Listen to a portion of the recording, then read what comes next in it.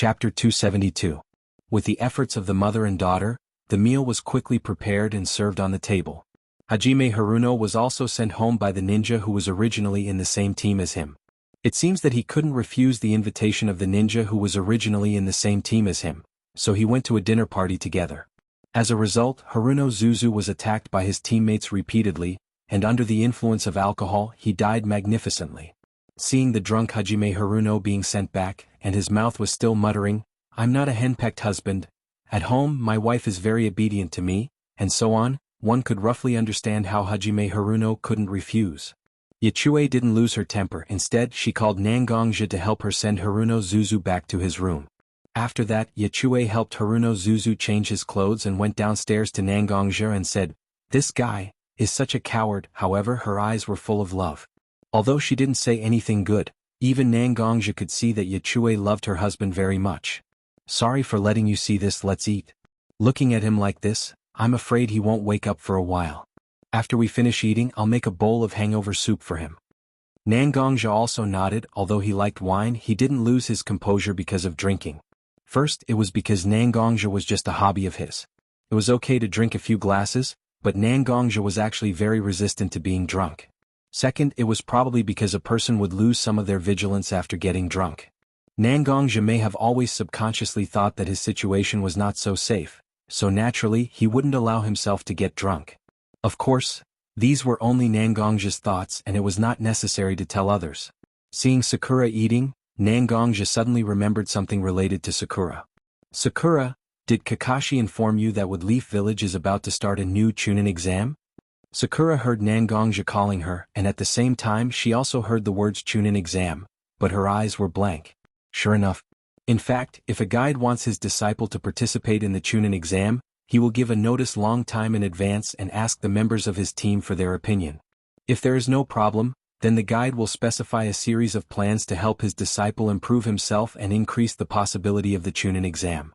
But looking at Sakura's appearance, Sakura's team, obviously Nangongja's team. Although it's also possible that Kakashi himself is lazy and didn't tell his disciples, there is also a certain possibility that it's Woodleaf's attitude towards this matter. If it's just Kakashi's personal problem, then it's naturally nothing.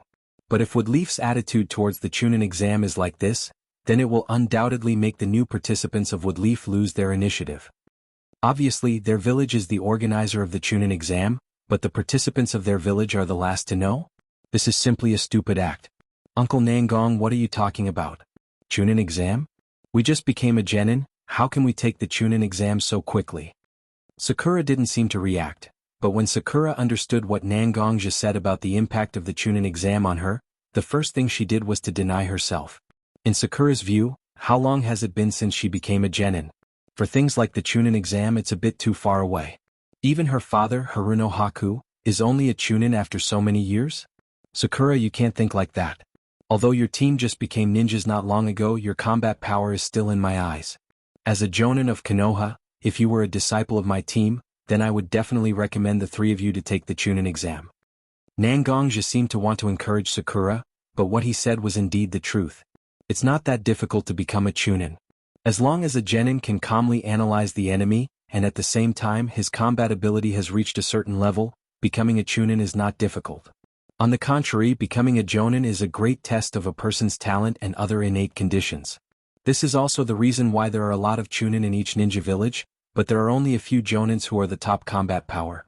When Sakura heard Nangongja's words, there was a hint of joy in her eyes, but then her eyes were full of uncertainty.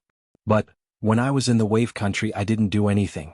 When Kakashi, Sensei, Sasuke and even Naruto, who has always been at the bottom of the school, were able to fight with the enemy, I could only protect the mission target in the rear. I don't look down on the job of protecting the target, but if I can, in fact, I also hope to do something to help my teammates when they are fighting desperately." As she spoke, Sakura's eyes had a touch of mist. Yachue sat next to her and saw her daughter's self-blaming look. She wanted to say something, but she was not a ninja and didn't know how to comfort Sakura. She could only look at Nangongja for help. After all, he watched Sakura grow up. Nangongja is actually very close to Sakura. Seeing Sakura like this, Nangongja was naturally willing to persuade Sakura, so he said, "Sakura, do you feel that you can't play a role in the team?" Sakura didn't speak, but she also nodded her head as if responding to Nangongja's words. But, Sakura, don't forget, when Sasuke and Kakashi were injured, if it weren't for Sakura's timely treatment, their wounds would definitely worsen, and they wouldn't recover as quickly as they did at that time, right?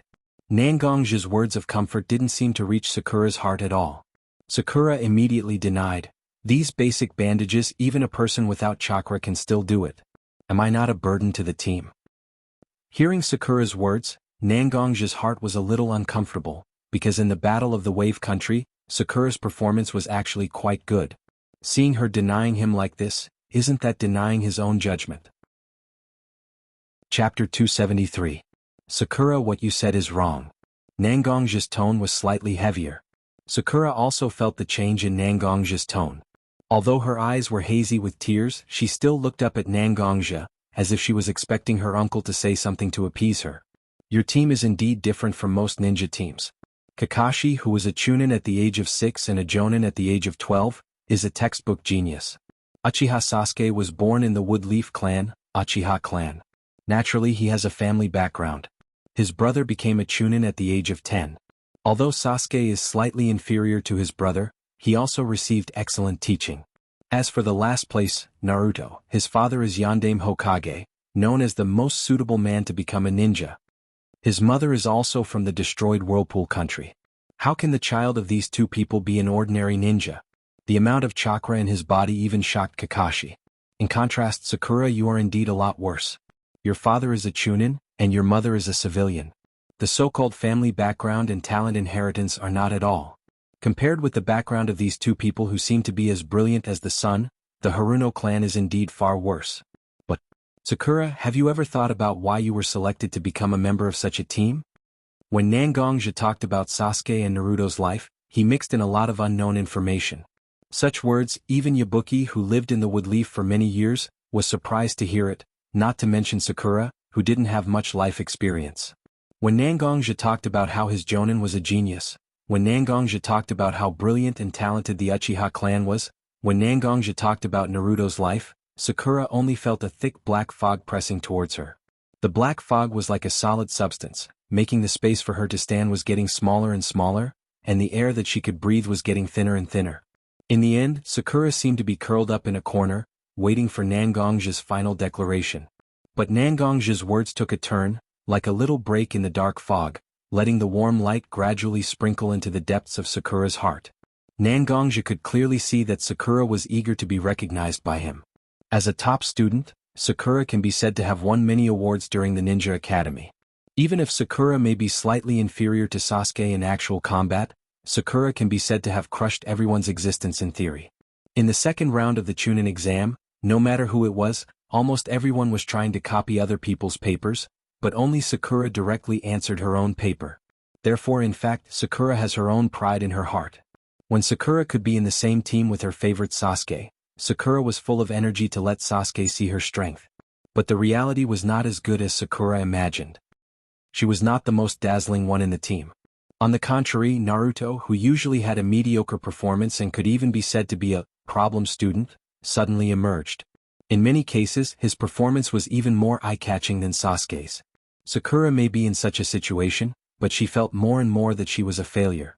The feeling of inferiority when she was a child merged with the unwillingness now, and Sakura began to strongly condemn herself. Indeed, in terms of combat power, Sakura, you are indeed a little worse than Naruto and Sasuke. But without you, Team 7 wouldn't be the current Team 7. What kind of virtue Kakashi is, I think you should know better as his disciple. As long as it is not something important, he is always lazy. Although Sasuke is indeed very talented, it is easy for him to fall into an extreme emotion. Although I have taught him kendo before, I hope that he can control himself, but a person's nature is doomed. Kendo is just a means. If he doesn't want to control himself, no one can do anything about it. Naruto dared to fight, and at the right time he was full of explosive power. But he is also a reckless and rough character. Once he fights with people, it can be said that he doesn't care about anything. Although such a person is a powerful force, he also has a huge flaw. On the contrary, Sakura, although you are slightly inferior in combat power, you are also the top among the genin. As long as you can practice hard, you won't necessarily be worse than Naruto and Sasuke if you can play your strengths. Family background? Talent? These can indeed make a person's starting point higher, but that's all. At the end of the practice, it is still a test of a person's heart. Sakura, you are strong enough and hard enough. In my eyes, you are not inferior to Sasuke and Naruto, and you have more potential than the two of them. Self-denial is the biggest insult to all your past efforts, isn't it? Since you are aware of your shortcomings, you should work harder. If you can't catch up with them in one day, then work hard for a month. If a month is not enough, then work hard for a year. What is there that Xiaoying, who I watched grow up, can't do? Listening to Nangong's words, Sakura's eyes gradually became firm. In fact, for children of Sakura's age, what they need most is never comforting words, but unconditional support and encouragement from the people close to them. Perhaps in Sakura's eyes, her father, who is a chunin, and her mother, who is a civilian, are not so credible on such a topic, but the one who said such words to her was Nangongja, who has been regarded as a mountain since she was a child. I know, Nangong-san. Indeed, if I continue to feel sorry for myself, I can't keep up with Sasuke and Naruto in my life. Since I have become a teammate of a team of life and death, I naturally have to work hard not to let them look down on me. With that, Sakura tried to eat a few mouthfuls of rice. In his eyes, there was a look of determination that was completely different from the one he had before. Naruto. Sure enough, it's a world prepared for people who want to push themselves. Pow. Up. Woo. Chapter 274. When Team 7's vacation was over, Naruto and Sasuke's injuries were almost healed. Sakura also appeared in front of Naruto and Sasuke for the first time after Nangong's encouragement. Her originally long cherry-colored hair had now turned into a neat short haircut. This change made Xiaoying look even more valiant and heroic. Kakashi, as usual, did not appear at the previously scheduled time. After about half an hour, Kakashi finally arrived. His face was covered by a forehead protector and a mask, only a pair of listless eyes could be seen. Kakashi also seemed to feel that he should give an explanation for being late, so he scratched his head and said to Naruto and the others, Sorry, I occasionally get lost on the road of life." Looking at the reaction of his three disciples, it was obvious that they didn't believe anything he said. While Naruto and the others looked at him with contempt, Kakashi also had the opportunity to observe his disciples' mental state after this short vacation. Naruto and Sasuke were fine after all, they only suffered a little injury. After this period of rest, they have obviously recovered and they looked quite energetic. But Sakura's change was very eye-catching. As Sakura's sensei, Kakashi actually did some research on them when he took over them. The reason why Sakura's long hair was not so in line with the ninja's requirements, Kakashi also knew a little about it. For Sakura's state, Kakashi as a sensei, naturally knows about it. But as a person who didn't have much intimate contact with girls, and the only person who wanted to get close to them was already sacrificed, Kakashi didn't know how to comfort Sakura, he only hoped that she could adjust herself. But looking at the current situation, Sakura seemed to adjust her state faster than Kakashi thought, which made Kakashi feel particularly surprised. Kakashi's surprise was so obvious, his dead fish eyes had been staring at Sakura. After the initial confusion, Sakura also understood the reason for Kakashi's surprise. She also felt a warm current in her heart. Her sensei actually cares about her, doesn't he? Kakashi-sensei, I'm sorry that my previous state made you worry. Nangong uncle has already talked to me about the things that troubled me before. I won't be worried about such a situation. Since I have noticed my shortcomings, then it's a good thing. I will work harder in the future so that I can catch up with the team's growth speed. Hearing Sakura's words, Kakashi also understood in his heart. As a close friend of Sakura, Nangongja is indeed more suitable to persuade Sakura than himself. Since there were no more problems now, Kakashi also looked at his three disciples with a serious expression. There are many reasons for calling you here this time. First, everyone is very tired in this mission in the Wave Country. Naruto and Sasuke also suffered different degrees of injuries, so I hope to observe everyone's state. Now it seems that everyone has recovered. Second, there is one thing to inform you. With that said, Kakashi looked up at the ninja eagle flying over his head. It was obviously a professionally trained ninja eagle. Soon, Konoha will hold the Chunin exam, which is held every 3 years. This Chunin exam is different from the previous Chunin exam. There will be a lot of ninjas who don't belong to our village taking the exam. Among them, there are 6 villages including Woodleaf Village, Sand Village, Rain Village, etc. This exam is not only to select the best ninjas in our village who can be promoted to Chunin. We also hope that our Woodleaf Village can show our strength to the participating countries and even the entire ninja world. And I, as your instructor, have nominated you on the waiting list for the Chunin exam. Kakashi took out 3 application forms from his ninja tool bag and handed them to Naruto and the others. This Chunin exam is completely voluntary. I won't force you to participate in the exam, so you can consider it according to your own strength. When you decide to participate in the exam, fill out this application form and submit your application to the submission place written on the form. After that, Kakashi turned his eyes back to his 3 disciples. Naruto's reaction was obvious. Obviously, he was very excited about the opportunity to apply to become a Chunin in the first year of becoming a Genin. Sasuke's expression was the same as usual, but the fact that he could compete with the best of the best made Sasuke feel very interesting. Sakura, on the other hand, didn't have any unusual reaction at all. It was as if she already knew about the Chunin exam and had already corrected her attitude. Kakashi felt that there was nothing for him to do here, so he directly disappeared with a body flicker jutsu, leaving only his 3 disciples here. This Chunin exam I'm going to participate. I'm going to become the Hokage. Now the opportunity to become a Chunin is in front of me. As long as I step by step from a Genin to a Chunin, then from a Chunin to a Jonin, then the position of Hokage won't be far from me. I must let my bastard father know that Hokage is not just a man who abandons his wife and children to become a Hokage.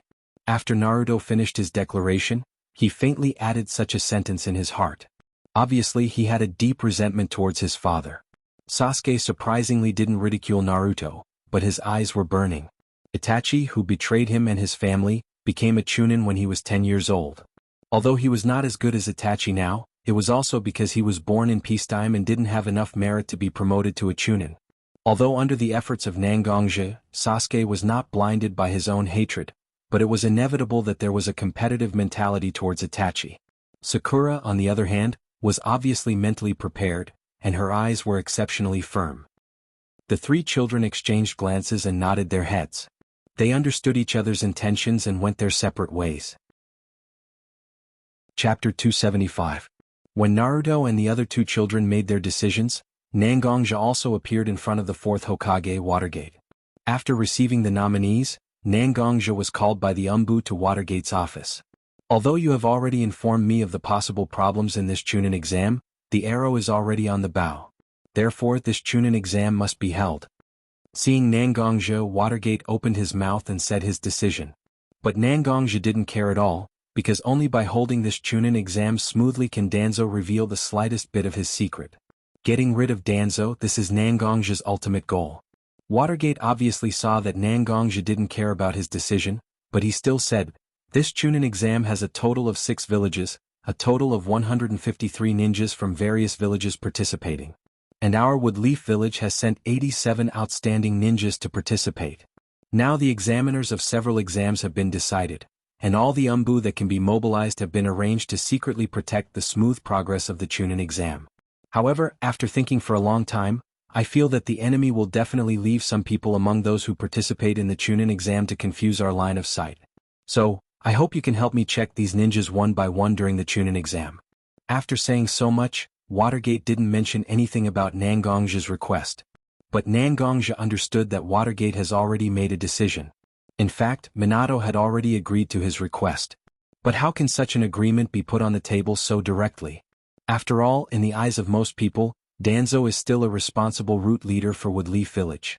Therefore, when Watergate gave the task of monitoring all the candidates to Nangongja, it was actually a disguised form of giving Nangongja some rights to investigate. As long as Nangongja can find even a little bit of Danzo's tail, then Watergate doesn't mind working with Nangongja to bring down the old fox Danzo. Originally, when Nangongja heard Watergate's arrangement, he nodded and was ready to leave. But Watergate took out a document from his desk drawer and handed it to Nangongja. Nangongja was also very puzzled why Watergate would give him a document at such a time, but Watergate has never been the kind of person without a purpose, so Nangongja opened the document in his hand and read it carefully. After a while, Nangongja finished reading the thin document. Are you sure? I didn't expect that besides Shina Kushina, the Uzumaki clan actually has an orphan in the ninja world. Watergate nodded and took the document that Nangongja handed over to him. Then he placed the document back on his desk, appearing to be very careful. This document doesn't have her surname, only her first name. But judging from her red hair and the characteristics of the sealing technique she used, she is indeed a descendant of the Uzumaki clan. Even this child may have inherited some of the sealing techniques of the Uzumaki clan, and it seems that she has awakened some rare ability. Shinakushina herself is a descendant of the Uzumaki clan that we, the Woodleaf, have spent a lot of effort to find in the ninja world. If it weren't for the wife of the first Hokage being an Uzumaki, we wouldn't have been able to guarantee that Shinakushina can inherit the sealing technique of the Uzumaki clan. I have tried my best to block this news, but it is only a matter of time before Danzo finds out. I need you to let this child join our camp as soon as possible, at least make sure that she doesn't fall into the hands of anyone with ulterior motives. If you want to exert the strongest strength of the Bijou, the bloodline of the Uzumaki clan is an important condition. Such a child, whether in the hands of other ninja villages or Danzo, will be a huge risk. Yes, Watergate and Nangongja are talking about another descendant of the Uzumaki clan, Uzumaki Karen. This time, because of Nangongja's information, Watergate spent a lot of effort to investigate all the information related to the Chunin exam. Even the information of every candidate has been seen by Watergate, and Karen herself is a ninja sent by Kusanagi village to participate in the Chunin exam. Her appearance, ninjutsu, and ability were all seen by Watergate. For such an important target, he had to ensure that she was in his hands. However, almost all the people he can trust have been assigned by him to ensure the smooth progress of the Chunin exam, so Watergate can only ask Nangongja to help him look after Karen. After all, Nangongja has something to ask of him. Such a simple goal is nothing for Nangongja, who has performed many difficult tasks in the past. As long as there are interests between each other, there is a certain degree of credibility, isn't there? Nangongja also understands that he can only stand in Watergate's camp at this time. Nangongja still has to help with such a small matter. Although he is a little uncomfortable with being ordered like this, now is not the time to worry about such a trivial matter. Watergate saw that Nangongja has agreed, and his heart was a little relieved. When Watergate found Karen, the first person he consulted was naturally his wife, Uzumaki Shinakushina, who is also an orphan of the Uzumaki clan. It was also with the help of Shinakushina that Watergate completely determined the identity of Karen. But at the same time, Shinakushina repeatedly begged Watergate to let Karen stay. Such a relationship between bloodlines is extremely common in the shinobi world. Because most of the huge forces in the ninja world rely on their own bloodline to develop. Shinakushina, who originally thought that she had no relatives, knew that she may have a clan close to her bloodline. The excitement in her heart is indescribable. Perhaps Watergate also has the attribute of rake? Under Shinakushina's repeated pleas and some indescribable threats, Watergate put down his face and let Nangongja do these things for his own happiness and sexual well-being, and the importance of the Uzumaki bloodline. As for which of the above three factors is more important, Watergate will not tell others. Chapter 276. When Sakura, Naruto, and Sasuke all appeared at the registration place, their instructor Kakashi was standing in front of them. I'm very pleased that you all came. Because, although I told you that this registration is completely voluntary, as long as one of you doesn't come here, then you will lose the qualification to take the exam. The world that ninjas face is extremely cruel, and many times we can't trust anyone. But there is one kind of person who is an exception, and that is your teammates. When you are fighting with someone, it is your teammates who will protect your back for you. Such people, everyone has to give absolute trust to them. Therefore, the most basic requirement of the Chunin exam is to participate in it as a team. The trial has already started from the beginning, and you can participate in the next trial. When Kakashi said that teammates should trust each other, Naruto and the others also looked at each other. Aren't they like this? As long as the three of them can be together, no matter what trivial task or a head-on fight with a strong person like Zabuza, they won't feel any fear. Kakashi took the application form from the hands of the three of them and stepped aside, making way for Naruto and the others to enter the exam. Naruto, Sasuke, and Sakura also put their hands on the door handle. Together, they opened the door that will allow them to take the Chunin exam smoothly. You have to go to the third floor and there will naturally be someone there to tell you what to do next. Kakashi's voice came from afar, but they couldn't see where Kakashi's figure was. On the third floor, which was supposed to be the destination of Naruto and the others, there was a farce at the moment. A person with a funny round eyes and thick eyebrows wearing a green tights was thrown to the ground by a ninja, but he didn't seem to be so convinced, and from time to time he resisted and said something. Sasuke glanced at such a farce but didn't react. Instead, he walked in the direction of the fourth floor. Naruto took Sasuke's hand and said to Sasuke, "Where are you going? Aren't we going to the third floor? This is our destination. So many people are here, it can't be wrong." Sasuke glanced at Naruto with an exasperated look and said to Naruto, "Don't worry. Don't worry so much, we have to go where we should go. Naruto looked at Sakura behind them for help, but Sakura just glanced at the place where the farce happened, and still followed Sasuke's footsteps upstairs. Looking at the place where the crowd gathered, Naruto was about to release his shadow clone jutsu to save the boy who seemed to be bullied. But the boy who seemed weak and easy to bully just now turned over and jumped up from the ground. His whole body seemed to be full of exercise. He didn't even look at the ninja who just stopped him, and walked briskly to Sakura who was about to go upstairs. Are you Team 7's Haruno Sakura? Sakura looked at the boy again, but felt that she didn't have any impression of this boy at all. I am indeed Haruno Sakura, but you? The boy seemed to feel that he was a bit rude and didn't introduce himself. Xiao Ying's face was flushed red, and she seemed to be very nervous as she extended her hands. She bowed slightly and said to Xiao Ying, I'm Lok Li, may I ask if you can date me? After that, he raised his head, blinked his round eyes at Sakura, with a bright smile on his face, he revealed his big white fang. But, no matter how one looked at this scene, it was hard for them to accept it. Xiao Ying had a polite smile on her face. She walked in front of Xiao Li and said to him, I'm sorry. I'm sorry, you're a good person. But, from your tight clothes, I can see that you don't know how to take care of yourself. And your shiny hair. Please tell me how many days you haven't washed your hair? What's more, with your extraordinarily thick eyebrows and round eyes, you're even more eye-catching than the frogs I've seen. So, please let me refuse. Yes, refuse. When Lee saw Sakura walking toward him, he felt that he had some hope of success. But after Sakura said those words with a smile, Lee's body began to gradually turn gray from his feet. When Sakura finished her last sentence, Lee had completed his gray transformation. There were even some cracks gradually appearing on his body, making him look like a worn-out plaster statue. Only Lee's mouth was still muttering the words Sakura said, You're a good person, don't know how to take care of yourself, don't wash your hair, thick eyebrows, round eyes, and other words. Hey Lee, are you okay? A girl wearing a slightly masculine white jacket with two bun-like hair buns on her head walked out of the crowd and caught the grayish-white Xiao Li as she spoke to Xiao Ying. Since he chose this kind of confession, I naturally have my own way to refuse him.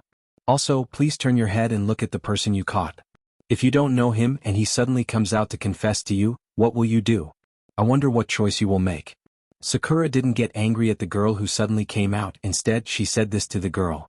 The girl looked at the gray guy in her arms who was barely breathing, and for a moment she felt that she couldn't find any reason to refute Sakura. She really felt sorry for her teammates.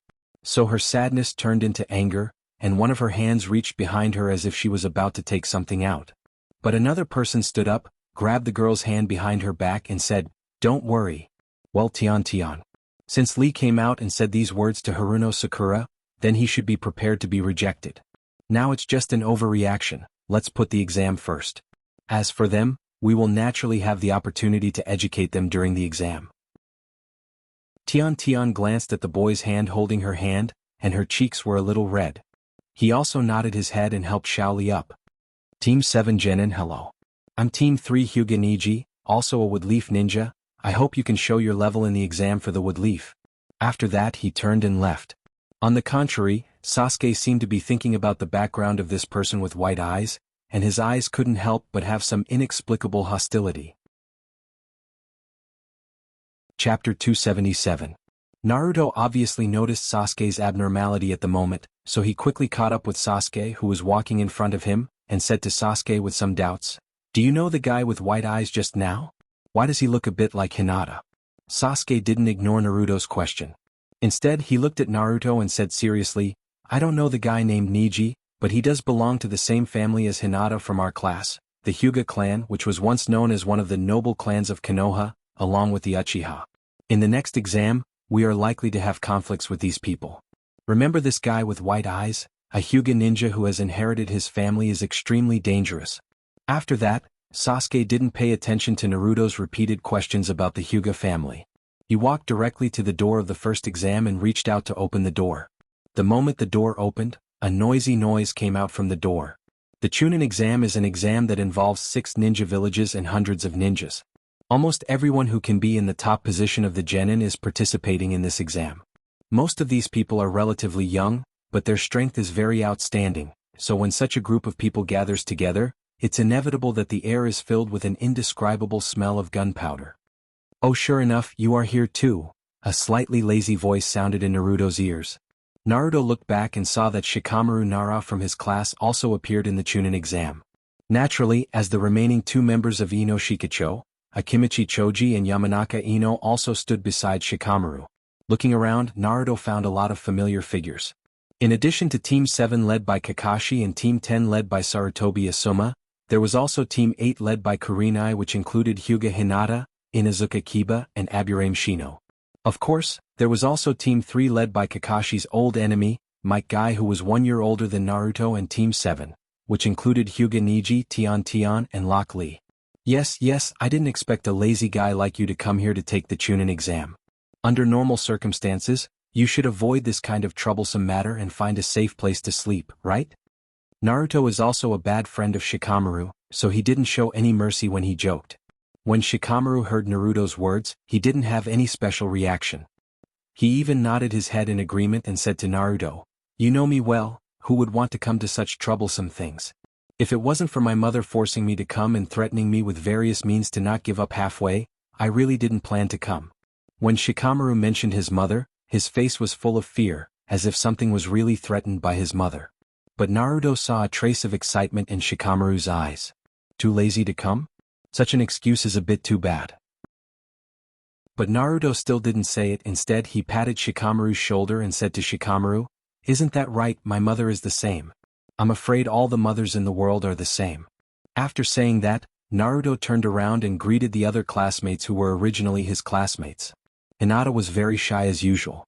She greeted Naruto with a blushing face and didn't dare to open her mouth. Inuzuka Kiba's attitude towards Naruto was as bad as ever, but Naruto knew that Kiba didn't have any bad intentions, he just didn't know how to express his feelings correctly. After hearing Naruto's greeting, Shino also adjusted his glasses. Just as he was about to say something, Naruto had already turned his head. Obviously, Shino's presence was still as touching as ever. Just when several former classmates gathered together and started chatting while waiting for the exam to start, a Konoha ninja with short white hair and eyes walked in front of Naruto and the others with a smile on his face and said, Brother Naruto, are you the wood leaf ninja who just graduated this year but participated in the Chunin exam? You're amazing." Naruto and the others also looked back at the man who walked to them. Obviously he was much older than them. Naruto said with a little doubt, "That's right. Senpai, I don't know who you are?" The white-haired man seemed to have realized that he hadn't introduced himself yet, so he apologized to Naruto and said, "My name is Kabuto Yakushi. As you can see, I'm a wood leaf ninja. I usually like to collect some information. Seeing that you are so young and have some characteristics, I think you are very famous genin who graduated this year and participated in the Chunin exam. I have taken the Chunin exam many times but I didn't pass it. Although I don't know if I can pass this time, I want to come and teach you some of my experience. I hope to make a good relationship with you." The smile on Kabuto's face was very bright, and it naturally made people feel an inexplicable affinity. But the more Sasuke looked at Kabuto's face, the more he felt that this person was untrustworthy. Originally, Naruto heard someone praising him and wanted to come forward and have a good chat with Kabuto, but Sasuke was one step ahead of him. He stretched out his arm and blocked Naruto behind him. "I don't know what kind of information this senpai wants to give us?" Kabuto wanted to talk to Naruto, but Sasuke came up and messed up Kabuto's original draft. However, Kabuto didn't receive any influence at all, and said to Sasuke very kindly, "The Chunin exam questions can't be obtained by a small ninja like me, but in the Chunin exam, everyone is our enemy. What I can provide you is some information about the participants of this exam. No matter who you are interested in, I can tell you." Sasuke heard Kabuto's words and laughed, but his eyes became more and more sarcastic and distrustful. "That's right. Everyone in this exam could be our enemy. Several of us graduated from the same class and we know each other well, so we have a certain foundation for cooperation. But you, as a person who met us for the first time, came up to us and was so close to us, and even willing to provide us with information. Kabuto-senpai, I don't know if we can trust each other as much as we have been together for several years." Chapter 278. Sasuke's words were very realistic. "You just said that everyone who participates in the exam is our enemy, but now you're actively providing us with information. What do you mean?" "The friendship between us has been slowly accumulated over a long period of time. It's natural for us to have a basic trust in each other. However, you're someone who has nothing to do with us. Why should we give you such a degree of trust? In a ninja's battle, information is indeed important. But information is also divided into real information and false information, isn't it? If Medicine Master Pocket had the slightest bit of bad intentions and provided false information for them, then what was the difference between that and building a bridge to a trap for them? Shikamaru, who was standing behind, also had a flash of light in his eyes. In fact, Shikamaru also subconsciously believed Kabuto's words just now. After all, he's a ninja from Woodleaf. No matter who it is, they will have the most basic trust in their heart. But Sasuke's words woke Shikamaru up. The Chunin exam, especially this large-scale Chunin exam, represents too much weight. Shikamaru also felt that he shouldn't easily believe anyone who may become his enemy, so he also winked at Choji and Ino, telling them not to stand out. Team 8's Hinata and Shino themselves are relatively silent people.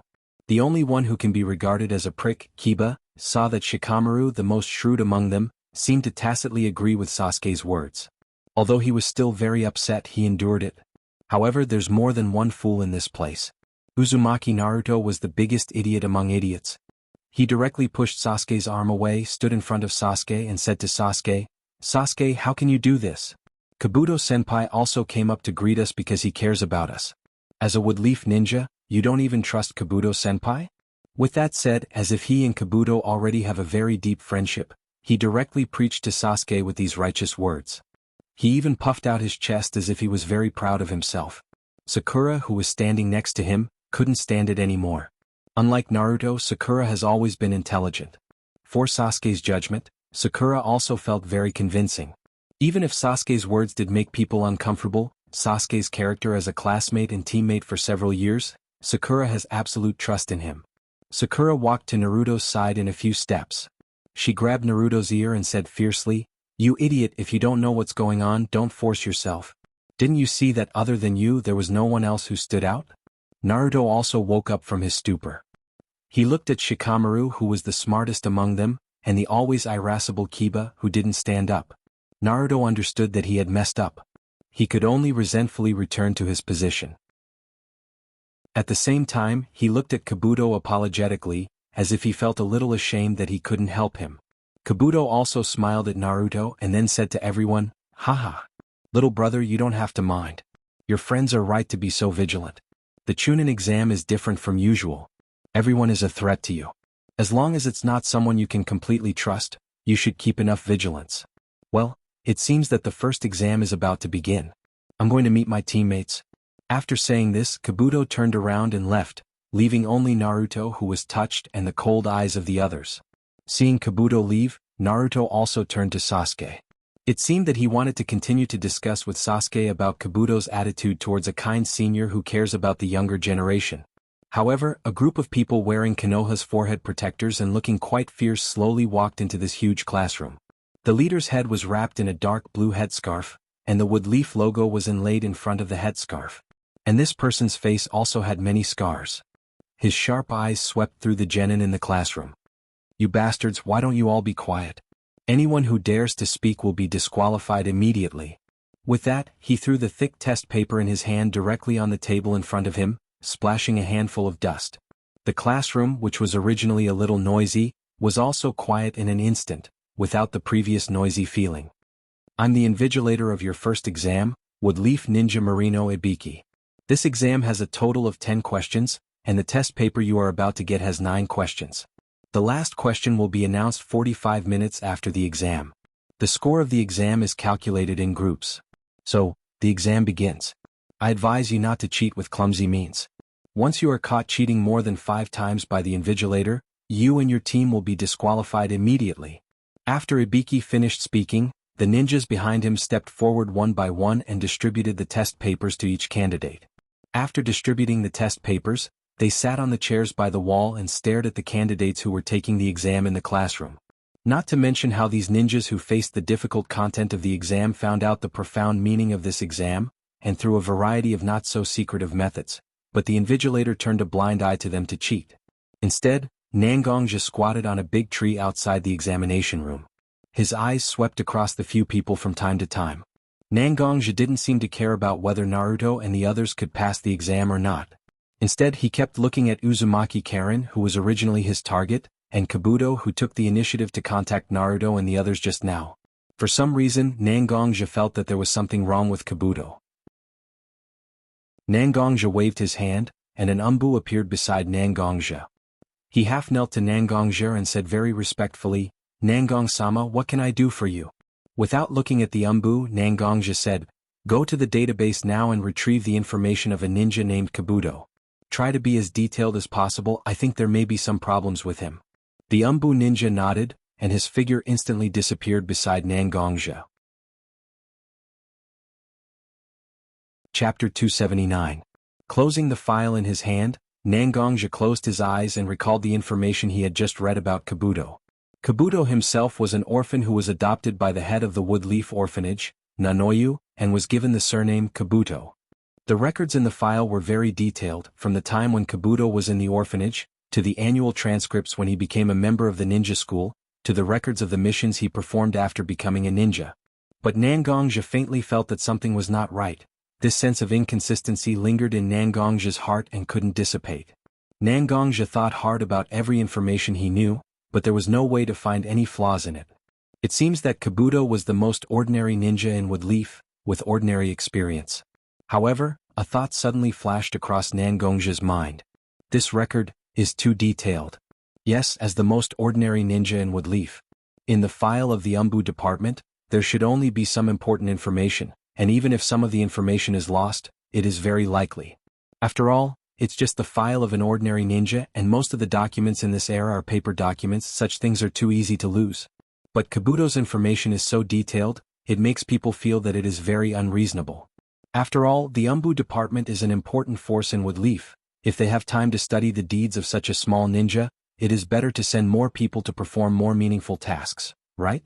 In Woodleaf, there are not many people who can tamper with a person's basic information and the information stored in the Umbu department.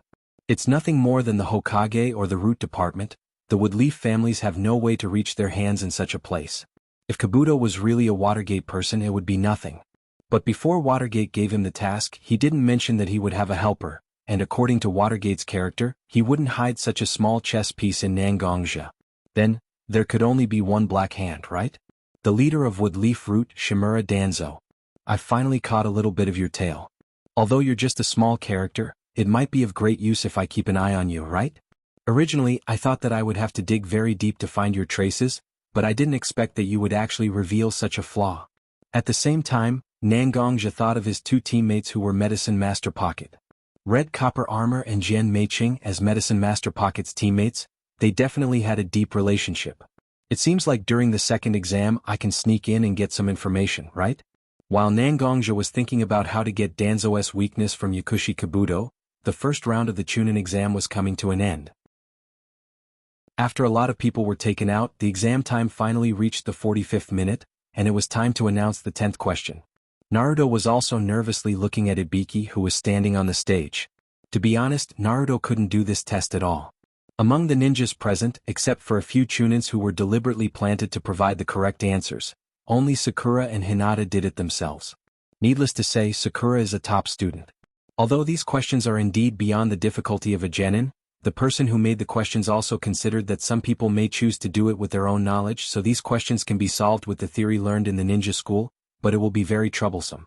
As for Hinata, it's not that she completely knows the test in front of her. After all, Hinata's results were only SOSO. The little girl was simply frightened by the ferocious Ibixi on the podium and had no choice but to answer the questions honestly. Moreover, the little girl even had the time to care about whether Naruto, who was sitting next to her, has yet to answer the question. She has been looking at the Chunin sitting in the corner, hoping that the invigilator will occasionally be distracted and give her a chance to show Naruto a question or two. But after all, he's a Chunin and it's just a short 45 minutes he can concentrate at all. Therefore, although the little girl hoped that she could help Naruto, in the end she didn't let Naruto copy the test. Ibiki looked at the genin who were copying in front of him using various methods that they thought were very secretive, and he seemed to be tired of it. He directly slammed his fan-like hand on the podium in front of him, and the loud sound directly made all the genin stop their movements. Hey, you trash.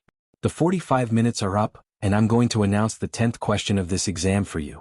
You have the right to choose whether to answer the question or not.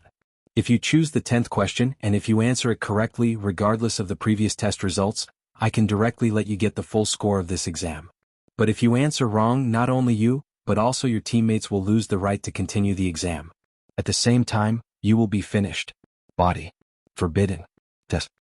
When Ibishi said that as long as they answered the 10th question correctly, they would get full marks. Many of them smiled, but the price of failure that Ibishi proposed made everyone dumbfounded. Naruto was naturally one of the many people who were dumbfounded. Naruto only felt very nervous and glanced at his two teammates. Naruto found that Sasuke and Sakura were actually looking at him. Obviously the two were also worried about Naruto.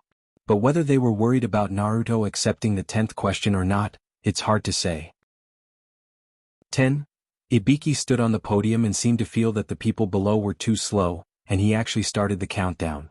9, 8. More and more people began to sit still, and one by one they chose to give up under psychological pressure. After all, things like the Chunin exam are actually held once every 3 years. This time, because there are many ninjas from other villages participating in the Chunin exam, the difficulty has increased a lot. Now that there are such harsh conditions, in order to avoid a lifetime ban, more and more people chose to give up. In just a few seconds, the number of people who gave up was much more than the number of people who were caught cheating before. The classroom, which was originally a little crowded because of the large number of people, became sparse at this moment. Chapter 280. As a ninja specializing in wood-leaf interrogation, Ibiki is very good at grasping people's hearts. Obviously, with just a few words he has already forced these genin to a desperate situation, making them feel that unless they have complete confidence in themselves, it's better to give up. Sakura, who was sitting behind Naruto, has been observing Naruto, and she has various calculations in her heart. Sakura thinks that this year's Chunin exam should be more difficult due to various reasons. If Team 7 gives up this time, they will definitely pass the next exam. After all, everyone is still young. Even 3 years later they will only be 14 or 15 years old, and becoming a Chunin is already a good thing. Her index finger was slightly pulled by her own muscles, jumping up and down. Sakura thinks that for various reasons, it's better to just give up this opportunity to take the exam and let herself prepare for the next exam. However, just when Sakura was about to raise her hand, a loud voice sounded in the quiet classroom. It was Naruto, who slammed his hand on the table and said to Ibiki, who was standing on the podium, "You bastard, don't look down on me. I'll take the 10th question." Ibiki was also taken aback by Naruto's sudden behavior. Ibiki, who has a short temper, was ready to call his men to take away this troublemaker. But when he took a closer look, this person has yellow hair and blue eyes, especially the iconic beard on his face. Oh my god, isn't this the son of my boss? Ibishi swallowed the anger that was about to erupt. Fortunately, Ibishi had always been a cold person in front of everyone, so he didn't show any obvious signs of anger. But as an invigilator, Ibiki still has to deal with such a situation, so he can only try to make his voice sound more serious and said to Naruto, "Are you sure? Your decision is likely to involve your two teammates, making them unable to take the Chunin exam in the future. Can you bear such a heavy burden?" Naruto seemed to have calmed down. He glanced at his two companions and said to Ibiki with a smile, "The three of us are a team. Whether it's good or bad things, we have already decided to bear it together. Uncle Nangong once told me that the momentum is like that of a tiger. When a person gives up once, he won't be obsessed with giving up a second time. I will never escape from this exam. Even if I'm a genin for a lifetime, it's much better than losing my temperament." Hearing Naruto's words, Ibiki also nodded secretly in his heart. These words are similar to 4th Hokage, but who is this Uncle Nangong? After hearing Naruto's words, the rest of the people who were swaying between taking the exam and not taking the exam also became firm. That's right, who is afraid of who? If this ninja who looked smaller than most of them could say such a thing, how could they not do it? Ibiki looked at the people below and knew that no one will withdraw even if he continues to pressure them. His originally cold face suddenly showed a gratified smile, and he said to all the people who participated in the first exam, "Very good. Congratulations, all of you have passed the first exam." As soon as Ibiki's words came out, everyone's face changed, but soon people like Shikamaru understood what was going on. It seems that the so-called 10th question is actually a test of a person's temperament. As long as they choose to take the exam, they will definitely pass. Nangongja looked at some of the people in the classroom who were crying with joy, and he was also gratified by Naruto's performance just now. Although Naruto's brain is not that bright and it took a lot of effort to teach him. But Naruto has an advantage that surpasses anyone, that is, he will listen to some of the reasons you say and even think about it and gradually apply it in his own life. If Nangongja was in Naruto's position, Nangongja would definitely not do the same thing as Naruto. After all, the number of competitors he can have is a little bit less, and now the passing rate is really high. But this is also the reason why Naruto is Naruto, isn't it? Not to mention Naruto, Nangongja looked helplessly at the corner in front of him, where a person was squatting there eating meatballs. Nangongja basically has an impression of Woodleaf's Jonin.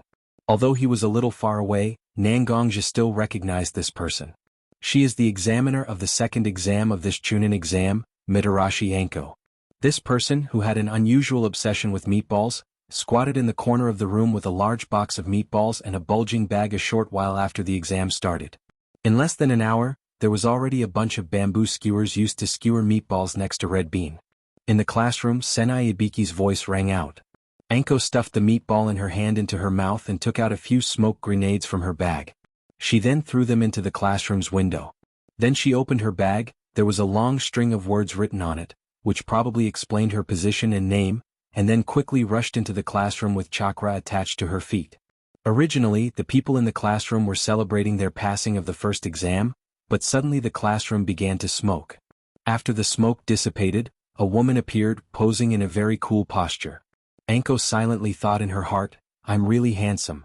However, Nangongja, who had just witnessed everything, and Marino Ibiki, whose eyes were red from the smoke behind Anko, could only silently curse Anko in his heart. Motherf * cur. Anko didn't have time to care about Ibixi's situation, but looking at the people in the classroom, she probably got the number in her heart. It seems that a lot of people passed the exam. Ibixi, you can't do this job well.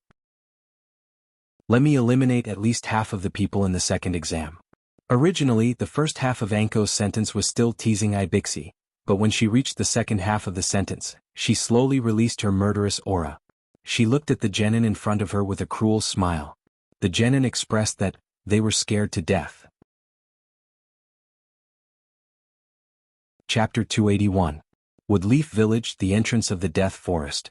The genin candidates who passed the first exam stood together, listening to Mitarashi Anko explain the rules of the second exam to them.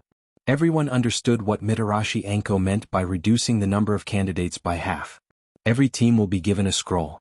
The scrolls are divided into two types, the Scroll of Heaven and the Scroll of Earth. Only the ninjas who have collected both scrolls can go to the tower in the middle of the Death Forest to report to pass the second exam. This is the reason why the number of people participating in the exam was reduced by half. But the genin didn't only face the threat of other genin as enemies, but also the unique environment of the Death Forest. Countless ferocious birds and beasts live in the Death Forest, and all the participating teams have to find a way to survive in the Death Forest. If they are not careful, they will either die in the mouth of a beast or be attacked by other teams. Therefore, in order to avoid responsibility, Woodleaf also prepared a life and death contract for each participating team. After Naruto and the others signed the life and death contract, they entered the Death Forest with a Scroll of Earth. When all the candidates entered the Death Forest, Nangongja also appeared beside the invigilator of the second exam, Mitarashi Anko. During the first exam, I already found some strange targets. This exam in the Death Forest is a good opportunity for me to collect information, so I will go in first. Don't be too careless, maybe something unexpected will happen. Mitarashi Anko also heard about Nangongja's mission from Watergate, so she nodded and left with the ninja behind her. As the invigilator of the second exam, Mitarashi Anko actually has a lot of tasks. Although all the candidates have signed the life and death contract, Woodleaf still has to save all the participants as much as possible, right? On the other hand, Nangongja exerted force with his ankle and leaped into the Death Forest that was surrounded by tall barbed wire. Kabuto, let's get the other scroll as soon as possible, right? The red copper armor seemed to be a little fearful as he suggested to Medicine Master Hood. Orochimaru himself told the three of them that in the second exam, they should try their best to get closer to Uchiha and Sasuke's Team 7, so they didn't act immediately when they entered the forest, but gathered together to discuss countermeasures. At the beginning of the first exam, Kabuto encountered a nail in Sasuke's hand and felt that their task was a bit difficult. That's also possible. Uchiha Sasuke doesn't seem to be as immature as the information we collected. In the first exam, his performance and attitude towards me were not like a genin who had just graduated from a ninja school. Instead, he was like a veteran who had been wandering in the ninja world for several years. If we meet them right after entering the forest of death, they won't trust us enough. So, let's set collecting scrolls as our #1 goal.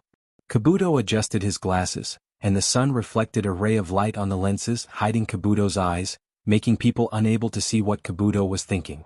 Compared to red copper armor and Mei Cheng, Kabuto's status in Orochimaru's eyes was slightly higher. This is why red copper armor always unconsciously showed a sense of awe to Kabuto, and the higher the status, the more information he naturally knows. Although it's not very clear what Orochimaru is going to do in the Forest of Death, Kabuto still knows that Orochimaru used special means to pull off the face of a ninja from Kusanagi village. When Mei Cheng and red copper armor heard that Kabuto agreed with their suggestion, they were also relieved. Although they don't know Kabuto's specific strength, Mei Cheng and red copper armor have already reached the level of Chunin strength. With such strength, it's really easy to deal with these immature genin participating in the Chunin exam. As long as they find the right soft persimmon, passing the exam is simply a simple matter. However, just as the three of them were discussing their next course of action, Nangongja had already sneaked up to them. Kabuto is indeed a strong ninja. Combining his combat power and medical ninjutsu, he can probably be regarded as a special jonin, but Nangongja himself is not affected by chakra, and he is careful enough when moving, and he directly arrived beside the three of them. The conversation between the three of them entered Nangongja's ears without missing a single word. Orochimaru? These three people are all Orochimaru's spies. Nangongja's mind flashed with the cold man during the Shinobi World War.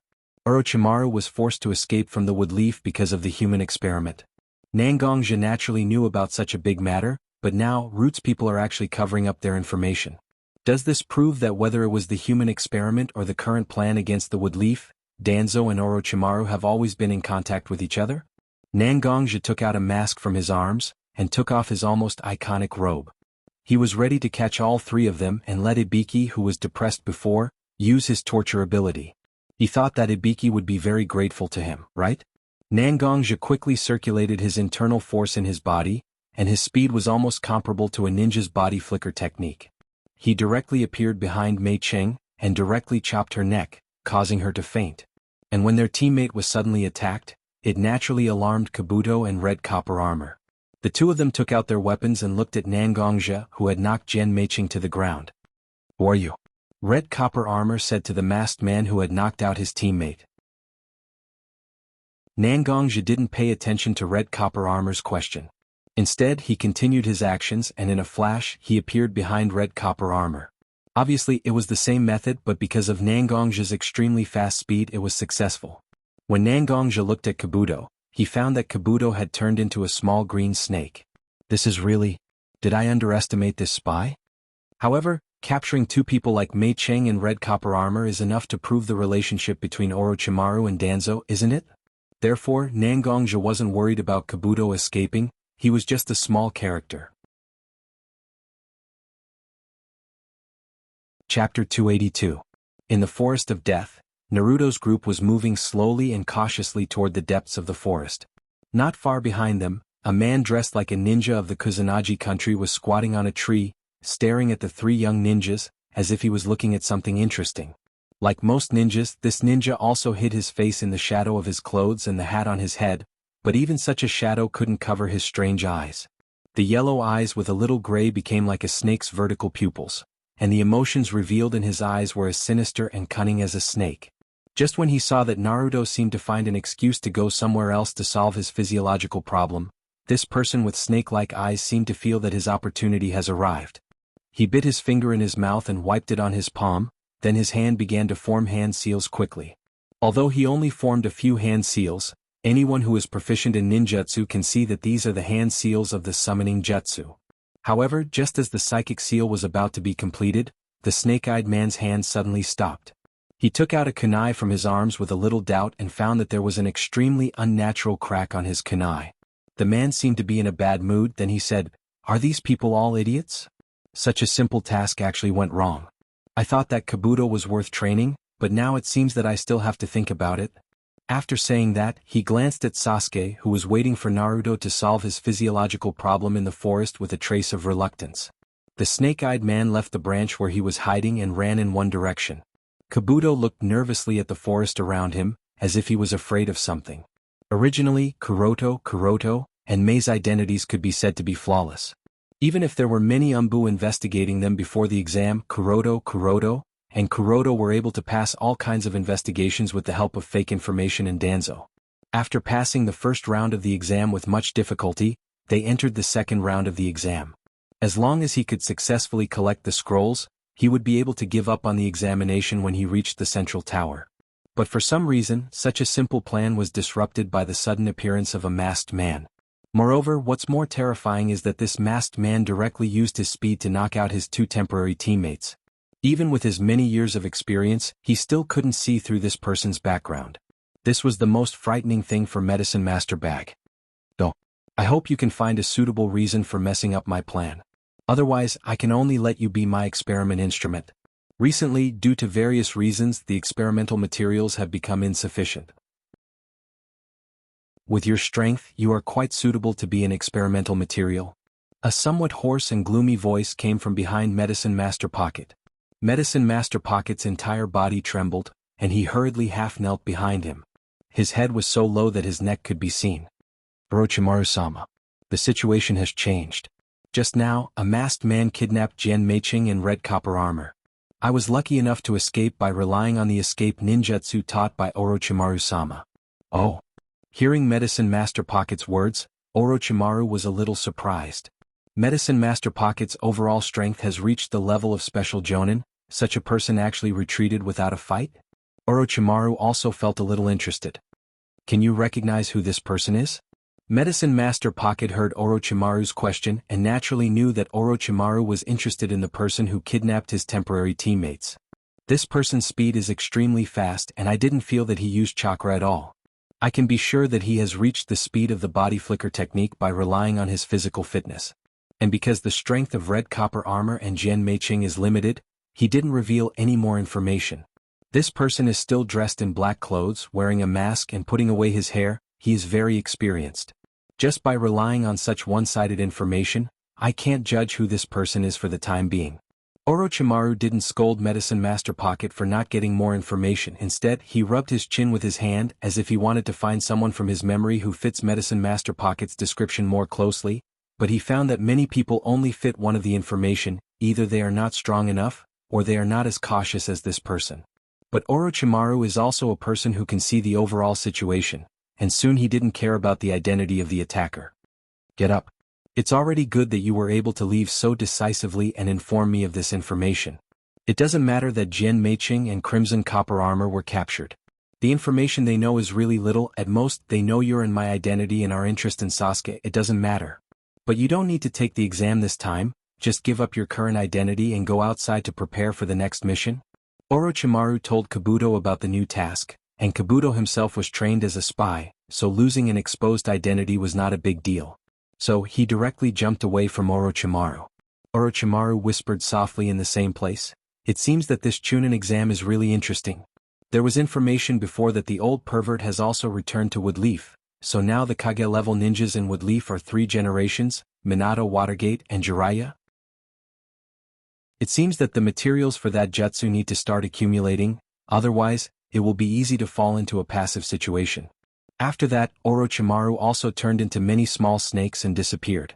At this time, Nangongja also sent the 2 spies he knocked out to Anko. Anko seemed to have found the body of a hidden, faceless Kusanagi, and her whole body trembled as if she remembered something unpleasant. Chapter 283. In the Hokage's office, Watergate was sitting in his chair, looking at Nangongji, Ibiki, and Anko standing in front of him. His expression was a bit gloomy. Obviously he wasn't in a good mood. Ibiki. What's the result of the interrogation? Minato suddenly asked Ibiki. Ibiki's originally very serious face had a drop of cold sweat at this moment. He was just a ninja who presided over the interrogation, but the things he interrogated had a lot of implications. This made Ibiki feel a lot of pressure. Ibiki's face was originally very serious, but at this moment, a drop of cold sweat was dripping down his face. Originally he thought that he could pretend to be an ostrich for a while and let Nangongja and Anko speak first, but now that Watergate called him out, Ibiki had no choice but to speak. The interrogation has been completed, and these 2 spies have already gotten a lot of information with the help of the Yamanaka clan. What is certain is that these two people are indeed spies left by Orochimaru in the wood leaf. Although they are only genin over the years, they have also provided a lot of information about the wood leaf to Orochimaru. This time, the task of participating in the Chunin exam is to complete Orochimaru's task of connecting with the orphan of the Uchiha clan, Uchiha Sasuke. As he said that, Ibiki's forehead was full of sweat. Obviously, he felt that the next words were not so easy to say. Watergate also saw Ibiki's embarrassment. According to Watergate's usual temperament, he wouldn't force Ibiki to say the next words, but obviously at the moment when the wood leaf was about to be invaded, Watergate's attitude was a lot tougher, and he said to Ibiki with a serious face, "Why are you hesitating? Just say what you want to say." Ibiki was also slightly frightened by Minato's seriousness at this moment. He forcibly suppressed the messy thoughts in his mind, cleared his throat, and seemed to be organizing his words. Finally he opened his mouth and said, "Don't worry." According to the testimony of these two people, it seems that Root is also involved in this operation. It was Root who came forward to cover up their information, and they were able to pass all kinds of assessments to enter the Chunin exam. But this information can't be confirmed yet, so our interrogation department is still suspicious of such information. Although he said that he was suspicious, how could Ibiki not pay attention to such information when interrogating these two people?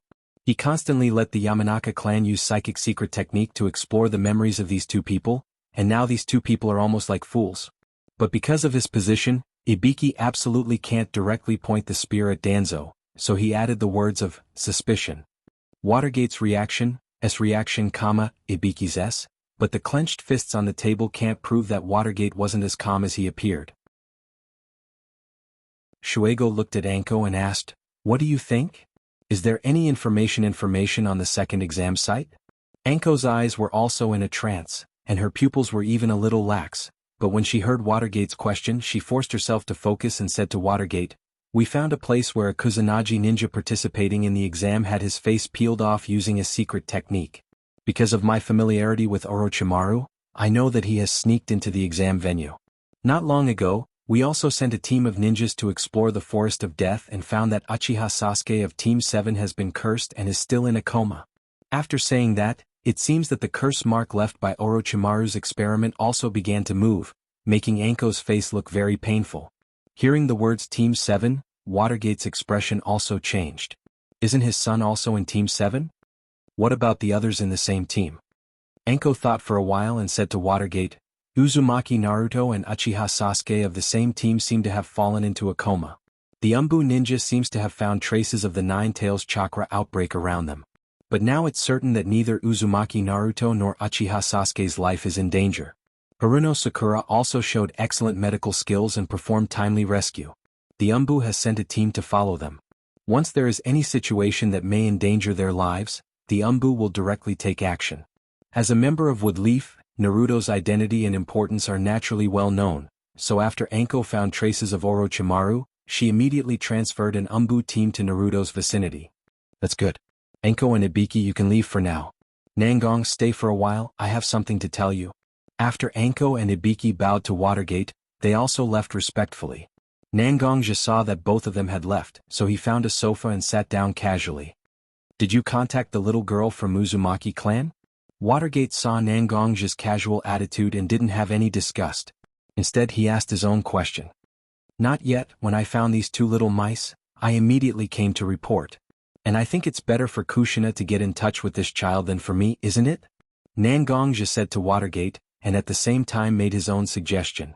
Watergate also frowned, but he felt that letting Nangongja contact such a little girl is indeed a bit of a waste of talent, so he nodded and said to Nangongja, "Well, I will ask Shina Kushina to contact this child. Now that we know that Orochimaru has sneaked into Wood Leaf, I have a more important task for you. As long as you complete this task, even if the plan to attack Wood Leaf is really unfortunately carried out, our losses will be reduced a lot." With that said, Shuemin took out a map from his desk and handed it to Nangongja, then he instructed, "Don't worry, Nangongja. You also know the target of the task. When the time comes, just explain the situation to him directly." Nangongja nodded and left Watergate's office. Walking to the door of the Hokage office, Nangongja opened the map in his hand, but he found that the map in his hand was actually the map of Wood Leaf Village, but there were many places marked with red crosses. Why is the marked place not a pub but a bathhouse? Nangongja sighed, but he also vaguely knew who he was going to look for to help with Leaf. This person is indeed outstanding, but his character. Chapter 284. Although Nangongja has been in Woodleaf for a long time, he's not the kind of person who likes to go out with others. Except for some famous commercial streets in Woodleaf, Nangongja is familiar with, he only knows the general location of other places. This may be one of the reasons why Nangongja doesn't have a wide range of friends in Woodleaf. The map that Watergate gave to Nangongja basically marked all the large and small pubs and baths in Woodleaf. As a village with a large population, there are a lot of such entertainment places. Maybe Nangongja's luck isn't so good, but he didn't find Jiraiya even after walking half a circle around Woodleaf. Nangongja also felt a little tired, so he casually sat on a bench on the side of the road and prepared to sit down and rest. Looking at the pedestrians in front of him and the surrounding green trees and fragrant grass, Nangongja suddenly felt very comfortable. Originally, Nangongja still cared about the mission and some other troublesome matters, but now he temporarily pushed them out of his mind. Forget it. Anyway, I'm not in a hurry. According to my speculation, Orochimaru's plan should be at least in the second half of the Chunin exam. At that time all the important people will gather. This is the best time to act. Now, even if I find Jiraiya with Orochimaru's hiding method, it won't be easy for anyone to find him, right?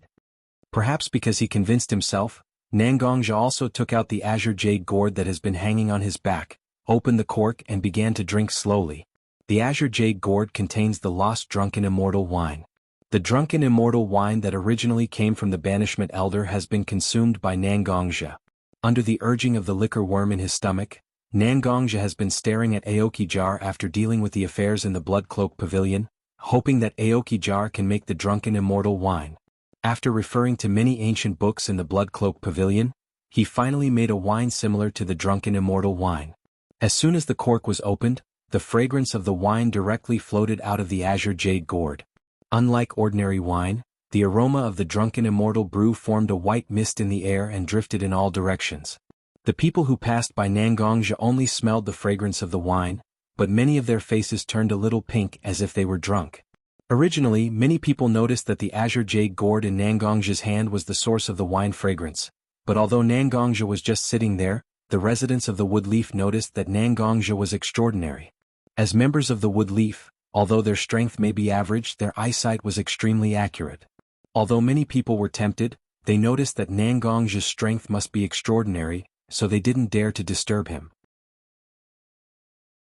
If you don't believe me, you can see a group of people squatting under a tree on the corner of the street opposite Nangongja.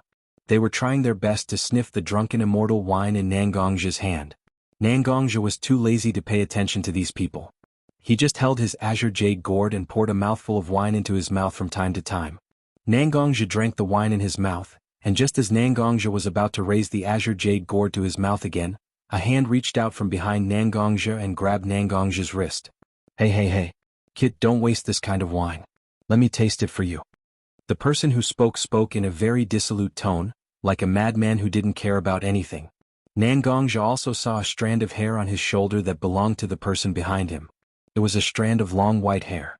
So Nangongja looked back and saw a person with 2 streaks of red oil paint on his face. His white hair was a little messy and the word oil was written on his forehead was standing behind him. I say, Jiraiya-sama. I haven't seen you for so long, why do you want to drink my wine? Jiraiya also looked down at Nangongja, as if he didn't recognize Nangongja. He just looked at the azure jade gourd again. Today I don't know why, but a kid has been haunting the tavern and the bath. In order not to let this kid bring me trouble, I endured for a long time and didn't show up. But this kid actually took out such a good wine, I can't miss it, can I? Although Jiraiya kept calling him brat and brat, Nangongja knew that Jiraiya was actually clear about his plan to find him. But maybe Jiraiya didn't know why he was looking for him, so Nangongja also said to Jiraiya, actually this kid originally wanted to find a senpai to drink with. But after looking for a long time I didn't find this senpai at all. Everything can wait but wine can't wait, right? Since I can't find him I have to enjoy it myself. After all, a snake sneaked up to the tree. As a person leaning against the tree I naturally had to enjoy myself. This snake wanted to break my back. This is a huge snake. When Jiraiya heard the word snake, the hand holding Nangongja's wrist trembled, as if he didn't think of this matter. So, Jiraiya's expression also became serious. You mean a snake came to the wood leaf? Not only that, many people came to the wood leaf with the snake, they came with saws and axes. But there aren't many people looking after the tree right now. That's why I came here, hoping to find someone to look after this tree with us. Nangongja said to Jiraiya, but both of them looked calm. Obviously Jiraiya has realized the importance of this matter. A group of people led by Orochimaru wanted to destroy the wood leaf? Although Jiraiya left Konoha for various reasons, few people can surpass this former Sanin's feelings for Konoha. It seems that Watergate asked you to come to me? I also came back because I heard some rumors, but I didn't expect the situation to have reached this point. Since Watergate asked you to come to me, then I can't refuse. I will go to the Hokage's office now, and when I understand the situation, I will come to drink with you. After that, Jiraiya jumped on a nearby roof and ran all the way to the Hokage's office. Chapter 285. Looking at the Sasuke in front of her, covered with black tadpole-like runes and full of violent aura, Sakura only felt that the person in front of her was not the handsome Sasuke she knew at all. Are you, the one who hurt my teammates? Sasuke looked at the three Otogekyure ninja in front of him with a cruel look on his face. After Sasuke and Naruto fell into a coma, Sakura had been carefully looking after the two of them, but Naruto was in a coma because of the battle with the man who claimed to be Orochimaru. Sasuke was even more dangerous. After being bitten on the neck by the man who claimed to be Orochimaru, he had been in a coma with a high fever. Sakura, who was usually the object of protection, suddenly changed her role and became the person who protected her two teammates. However, shortly after Sakura moved her two teammates into this tree hole, three Otogekyure ninja jumped out. They seemed to not only want to snatch the scroll belonging to Team 7, but also want to kill the three people of Team 7. In order to protect her teammates, Sakura had to stand up and fight these three ninja. At first, these three people didn't think highly of Sakura and only sent one person to deal with Sakura. However, Sakura was trained by Kakashi and Nangongja after all. Not long ago, she strengthened her beliefs with the help of Nangongja. When the real battle started, Sakura directly suppressed the Otogekyure ninja who was sent to fight with her. Seeing that their teammates couldn't attack, the other two Otogekyure ninja couldn't sit still and joined the battle together. If it was a one-on-one, Sakura had the confidence to win. But when these three ninja came up to fight with Sakura together, Sakura could only barely protect herself. Under the special sonic attack of Otogekyure, Sakura also suffered a lot of injuries. Whether it was her nose or ears, they began to bleed. After that, Ino, Sakura's former classmate and one of her best friends, also jumped out with her teammates to help Sakura resist the attacks of these three Otogekyure ninja. The battle barely maintained a balance. At this time, Sasuke, who was still in a deep coma with a high fever, woke up. Moreover, Sasuke's body was covered with black runes from the initial bite, which made Sasuke's appearance look very strange. Sasuke's special state not only made Konoha's ninjas stop their movements, but also made Otogekyure's ninjas look surprised. Cursed Seal was not so unfamiliar to several people from Otogekyure. You know, among the ninjas of Otogekyure, the 5 ninjas of Otogekyure were all people with Cursed Seal. And Sasuke's body was now covered with black runes, which was the appearance of the first stage of Cursed Seal. This made the 3 ninjas of Otogekyure who didn't know what happened, a little dazed. But the ninjas of Otogekyure didn't move, but it didn't mean that Sasuke didn't move. At this moment, Sasuke's eyes have automatically turned into the 2 Tomo Sharingan state, and the 2 Tomo were spinning quickly. Sasuke only felt that his heart seemed to be ignited by a flame. When his eyes looked at the 3 Otogekyure ninjas who hurt his companions, the emotion of wanting to tear them apart couldn't be suppressed. So, Sasuke decided to dispel this feeling in his heart. Beyond his usual speed, Sasuke quickly came behind an Otogekyure ninja, grabbed the ninja's 2 wrists with his hands, and stepped on the man's back with his feet. Sasuke said to the ninja who was caught by him, "It was your hands that injured my companion, wasn't it?" Before the ninja of Otogekyure could respond, Sasuke had already pulled the man's arm in his direction with both hands.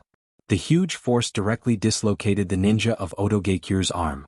Such severe pain made the ninja of Otogekyure scream loudly, and a layer of hazy sweat appeared on his forehead because of the severe pain. Such a miserable scream naturally reached Sasuke's ears, but such a harsh sound made Sasuke feel an indescribable pleasure. Sasuke's heart was eager to hear more of such sounds. But how could he increase the number of such sounds? Sasuke's eyes were a little puzzled, and he tilted his head slightly as if he was thinking. It didn't take long for Sasuke's eyes to light up. Letting go of the ninja's hands under his feet, Sasuke reached his hand to the ninja tool bag behind him, and a kunai was in Sasuke's hand. His eyes wandered around the body of the Otogekyure ninja under his feet. Finally, as if he had chosen a target, he directly inserted the kunai in his hand between the ribs of the ninja under him. Because it could avoid the ribs, the kunai quickly inserted itself deeply into the Otogekyure ninja. As Sasuke expected, the ninja did start to roar violently, but Sasuke gradually felt a little tired. Just this kind of roar was not enough for him to enjoy. Sasuke only held the handle of the kunai with his hand and began to rotate the kunai in his flesh.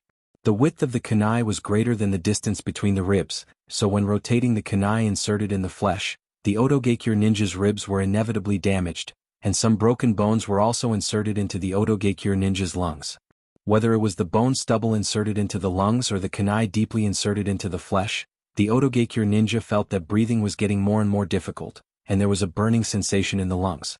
The screams were getting louder and louder, but they slowly became smaller because of the hand on the lungs. In the end, only the sound of ragged breathing was left. Chapter 286. The Sound Ninja team was composed of 2 men and 1 woman, and the one whose hands were destroyed by Sasuke just now was a Sound Ninja named Sak.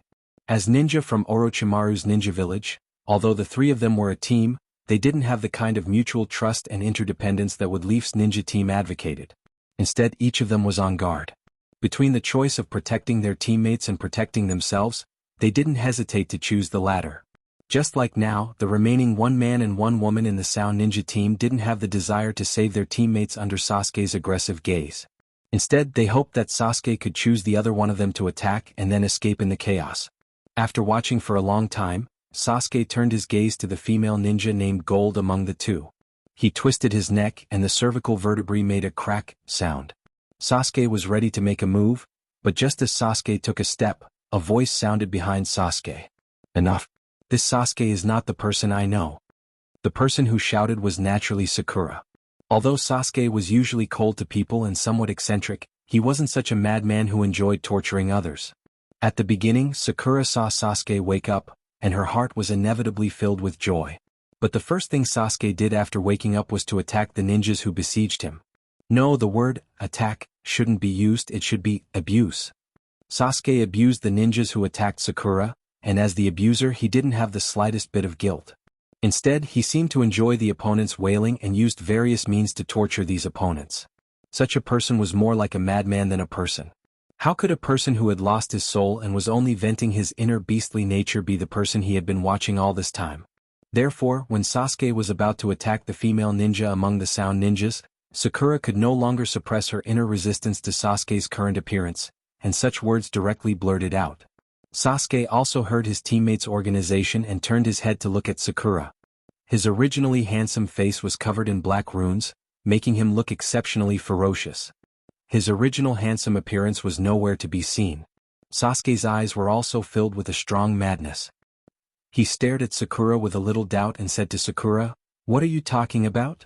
Why are you stopping me? I'm doing this for you. A bunch of trash like you actually dared to hurt my teammates? Naturally, I want them to have a taste of the bitter consequences of doing such a thing.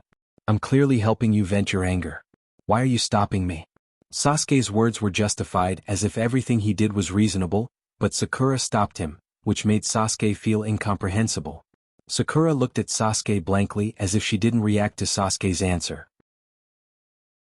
She could only slowly walk in front of Sasuke. The 3 Sound Ninja were directly ignored by Sakura, because Sasuke was now the person she cared about the most. She gently placed her hand on Sasuke's face, and her fingertips brushed across the black lines on Sasuke's face. Sasuke's body was still very hot. Obviously, the high fever had not subsided. Because the high fever took away a lot of water from Sasuke's body, Sasuke's skin became extremely dry, and Sakura also felt the roughness from Sasuke's skin. What kind of thing can make you like this? The Sasuke I know is very proud and stubborn. He used his expressionless face to cover his scarred heart in front of people again and again. However, I don't hate Sasuke like that. Because even after experiencing a lot of things that ordinary people can't accept, the Sasuke I know can still face everything bravely. So, I like Sasuke the most. Sakura has never concealed her feelings for Sasuke. At the beginning, Sakura was just like Ino. In fact, she was very curious about this handsome classmate. Under a sense of competition with her friends, Sakura began to want to get close to Sasuke and understand Sasuke. If she really liked a person for so many years, how could Sakura not understand everything that happened to Sasuke? Although because of the deliberate cover-up by the senior management of Woodleaf, Sakura was not so clear about what happened to Sasuke. But Sakura knew that Sasuke lost his family, his clan, and everything he was familiar with since childhood overnight. Putting herself in other people's shoes, Sakura felt that if she encountered such a thing, she didn't know when she would have completely lost her mind. Sasuke, on the other hand, resisted such grief. Although he hid his true feelings and turned into a cold face, Sakura felt that she liked this strong boy more and more. Now do you still have a trace of the Sasuke I like? You completely indulged your desire to destroy and reduced yourself to a beast. When you cause harm to others, don't you also cut your own humanity piece by piece? Although we are ninjas, we have to be human first. No matter what happens, I only beg that the Sasuke I know can reappear in front of me, okay? Looking at Sasuke, Sakura abandoned the original girl's reserve and shyness, and described all her feelings one by one. When she asked the last question, Sakura's voice was replaced by choking. Tears rolled out of her eyes and flowed on her face that became dirty because of the battle. Sasuke didn't speak, he just put his hand on Sakura's face and wiped away the tears on Sakura's face. His eyes, which were originally filled with frenzied emotions, became clear at this moment. Sasuke's mouth opened again and again, but there was no way to say any words. Although they didn't speak, there was an inexplicable agreement between the two, as if everything was clear in their hearts. Sasuke seemed to think of something, his eyes flashed with a trace of struggle, and he took back his hand that was on Sakura's face. Turning around to restrain his emotions, he coldly spoke to Zack and his two other party members who had both his hands crippled by him. Get lost. Thoas and Jean seemed to have been pardoned, their eyes were full of excitement. The two of them picked up their teammate who had fainted on the ground and immediately left this place. Sakura saw that the three of them had gone far, and immediately turned her eyes to Sasuke, as if she had some questions to ask Sasuke. But Sasuke turned his head and glanced at Sakura, and his body softened and fell directly to the ground. Chapter 287.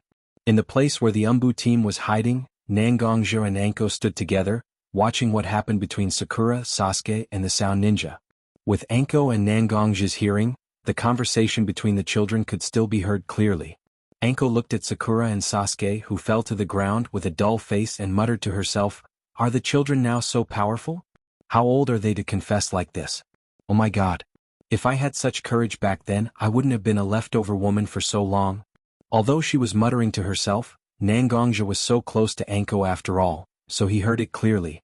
Seeing Anko's dull face with a slightly envious look, Nangonja couldn't help but cast a very strange look at Anko. Such a person who was trained by a person like Orochimaru, how could he still have such feelings of yearning? Anko obviously felt Nangonja's strange look, and also looked back at Nangonja as if saying to Nangonja, although this girl's personality is a bit special, who isn't a girl who yearns for love? Nangonja himself wasn't so familiar with Anko. This involved personal emotional issues. Nangonja didn't have any position and experience to talk to Anko, so he still put away his gaze. At the same time, Red Bean secretly decided to seal away all the romance novels she had collected. It was all Red's fault for recommending these books to her, causing her to become like this. She was actually mocked by someone she wasn't that familiar with. Nangonja asked seriously while Red Bean was still indulging in her imagination. Nangonja asked Red Bean seriously, "Are those black lines on Uchiha Sasuke's body the curse seal you mentioned?" Red Bean also knew that now was not the time to let her imagination run wild, so she replied to Nangonja with a serious expression. "Indeed, that is the curse seal. I was originally Orochimaru's disciple, and Orochimaru once injected such a curse seal into my body. But the curse seal on Uchiha Sasuke's body is still somewhat different from the curse seal on my body. Obviously, Orochimaru has perfected the curse seal a lot over the years." With that, Anko also covered her neck with her hand, as if she could feel the original pain now. Why was Sasuke's mental state so strange just now? I also taught Sasuke. Although this child's character has some problems, he can't reach the point of madness just now. Is this also because of the so-called curse seal? Nangonja seemed to remember Sasuke's out-of-control appearance just now, and said his speculation to Anko. Anko also nodded in surprise, looking at Nangonja, who was not familiar with the curse seal. but guess the characteristics of the cursed seal. Indeed, in fact, Woodleaf has been studying the cursed seal on my body for so many years. After all, the cursed seal is not only a physical burden for me but also a mental burden. But whether it is the cursed seal on my body or the improved version of the cursed seal on Sasuke, after the outbreak, there will be a special chakra wandering around the body. This kind of chakra not only strengthens a person's body, but also causes a certain degree of stimulation to the brain. It makes a person's inner negative emotions erupt in a large number. Sasuke's experience must have accumulated a lot of negative emotions, so it is normal for such a loss of control to occur. Anko's answer was very pertinent, which also explained why Sasuke could recover under Sakura's words. His body was filled with negative emotions. When Sakura said such words to Sasuke, it was tantamount to tearing a hole in the darkness of Sasuke's heart, allowing Sasuke to recover his consciousness. After the commotion was over, the second round of the exam was back on track. Sasuke and Naruto also woke up one after another. After some bumps, the three of them finally walked to the center of the Forest of Death with 2 scrolls. Of course, Nangongja was also there to welcome all the ninjas who passed the second exam, watching them enter the tower one by one with the scrolls they collected. Unsurprisingly, Kabuto didn't appear among the people who passed. Obviously, he had found an opportunity to hide himself.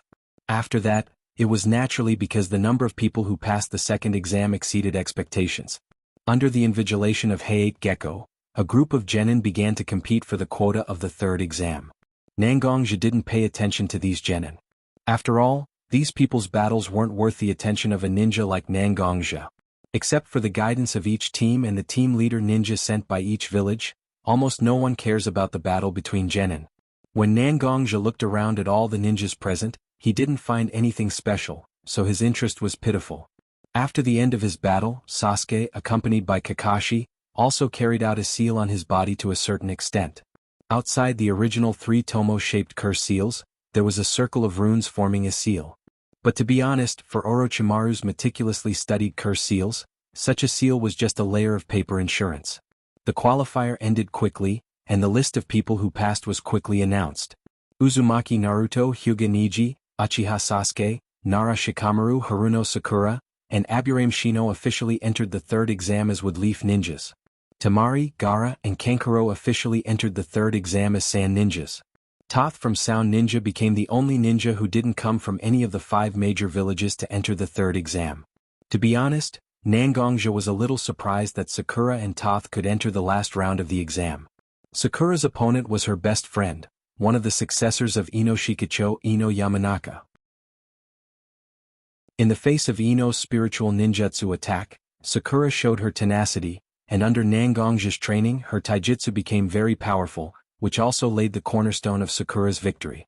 As for Toth, it was entirely because of Akimichi Choji's abnormal performance that he smoothly entered the third exam. At this point, the second exam officially ended. Chapter 288. After the end of the qualifiers, the ninjas who passed were naturally happy. But for them this is just the beginning. Because there will be a more important third official exam that will determine whether they can become a ninja or not. Every ninja who participated in the exam was reminded by their instructor or teacher about the importance of the third exam. Standing on the second floor of the central tower, the Sand Ninja's teacher, Baki, was frowning at this moment. He seemed to be thinking about the third exam, but who knows what he was thinking about. Tosu, who was qualified for the third exam, looked around with a blank face because Oto Geikure didn't have a teacher to come to the central tower to see who passed smoothly. But no one cared about why no one from Oto Geikure was here to watch. After all, although the Chunin exam was taken by 6 countries together, the real protagonists were the 2 major ninja villages, Woodleaf and Sand Ninja. On the contrary, the ninja from Kusagakure, who was thought to be a dark horse, didn't qualify for the third exam, which was very surprising. Nangongja has been looking at the red-haired girl among the ninja from Kusagakure. This is the girl that Watergate is very concerned about, Uzumaki Karen, who is likely to be the orphan of the Uzumaki clan.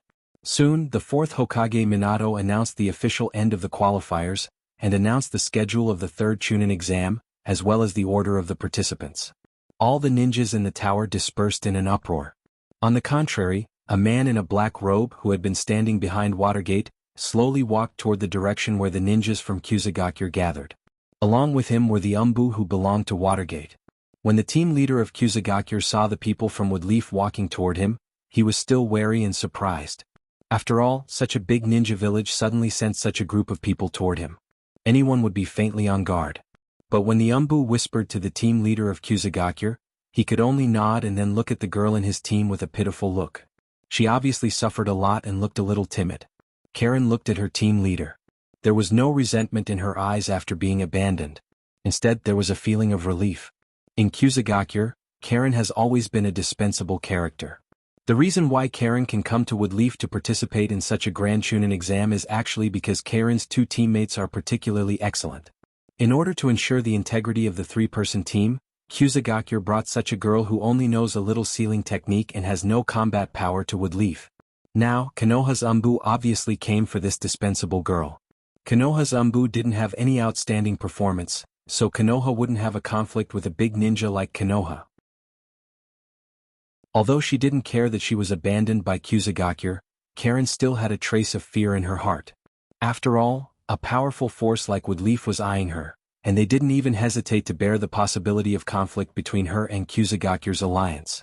This made Karen begin to reflect on what she has that Woodleaf is eyeing. Could it be the special ability that he has been hiding all this time? But just for such an ability would Konoha really covet it to this point? Karen followed Woodleaf's Umbu to a secret room in the central tower with fear, but one of Karen's hands was behind her back.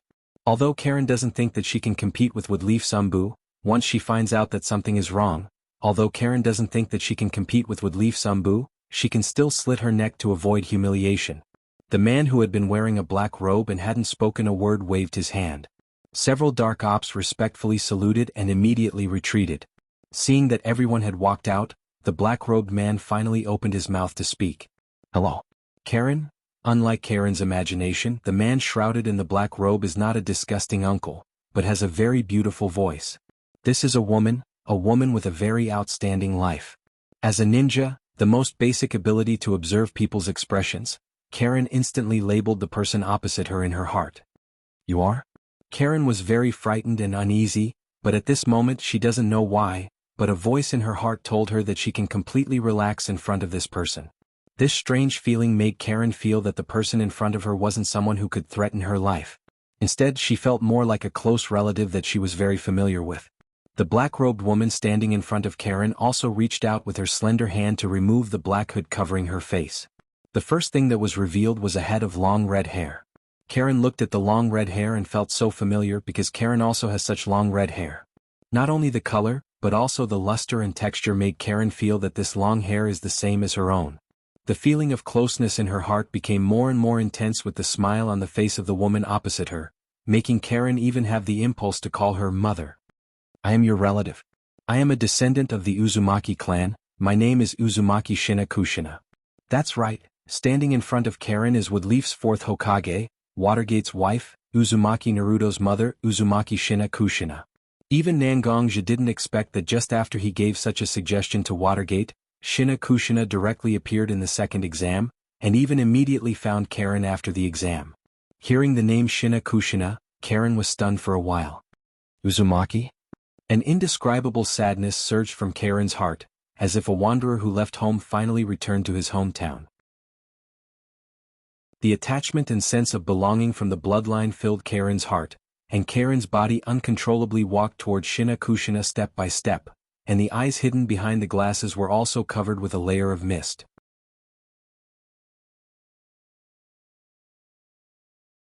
Chapter 289. Shina Kushina herself is a mother. When she saw Karen's tearful appearance, the motherly feeling in her heart instantly surged to her heart. Shina Kushina thought of the difficult situation when she and Naruto were young. At that time, it was so difficult for her to raise Naruto alone. The girl in front of her, named Karen, seems to have parents who died very early, and she has always been bullied by other children in the village when she was in Kusagakure. Such a girl has experienced so many sad experiences, but she still lived to the present, which made Shina Kushina feel very distressed for this child. Seeing Karen slowly walking towards her, Shina Kushina walked directly in front of Karen in a few steps and hugged Karen in her arms. Karen didn't expect that the person opposite her would hold her in her arms directly. According to her usual character, she would push this person away directly, but Karen didn't have such an idea at all. Instead, she buried her head deeply in Shinakushina's arms, and didn't want to break free at all. In the original manga, Karen was directly loyal to Sasuke just because she was saved by Sasuke from a bear. No matter how Sasuke treated her, she never left him.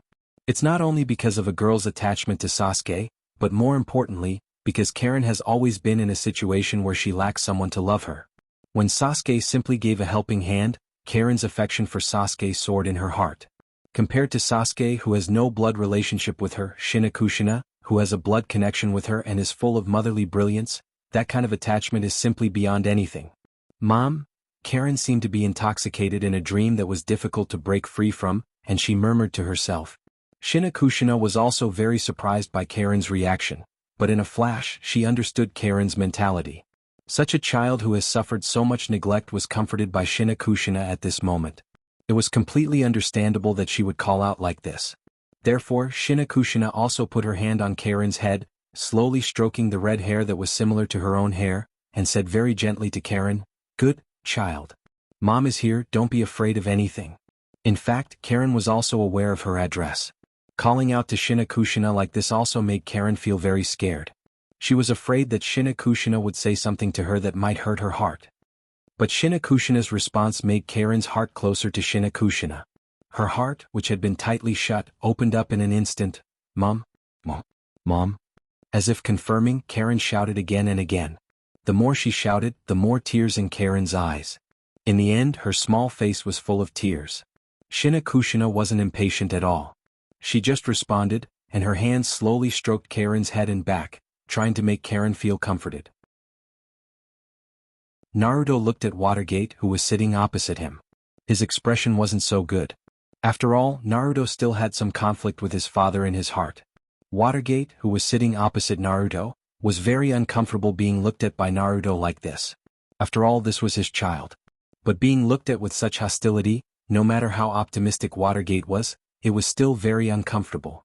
But Naruto still didn't understand his father's thoughts.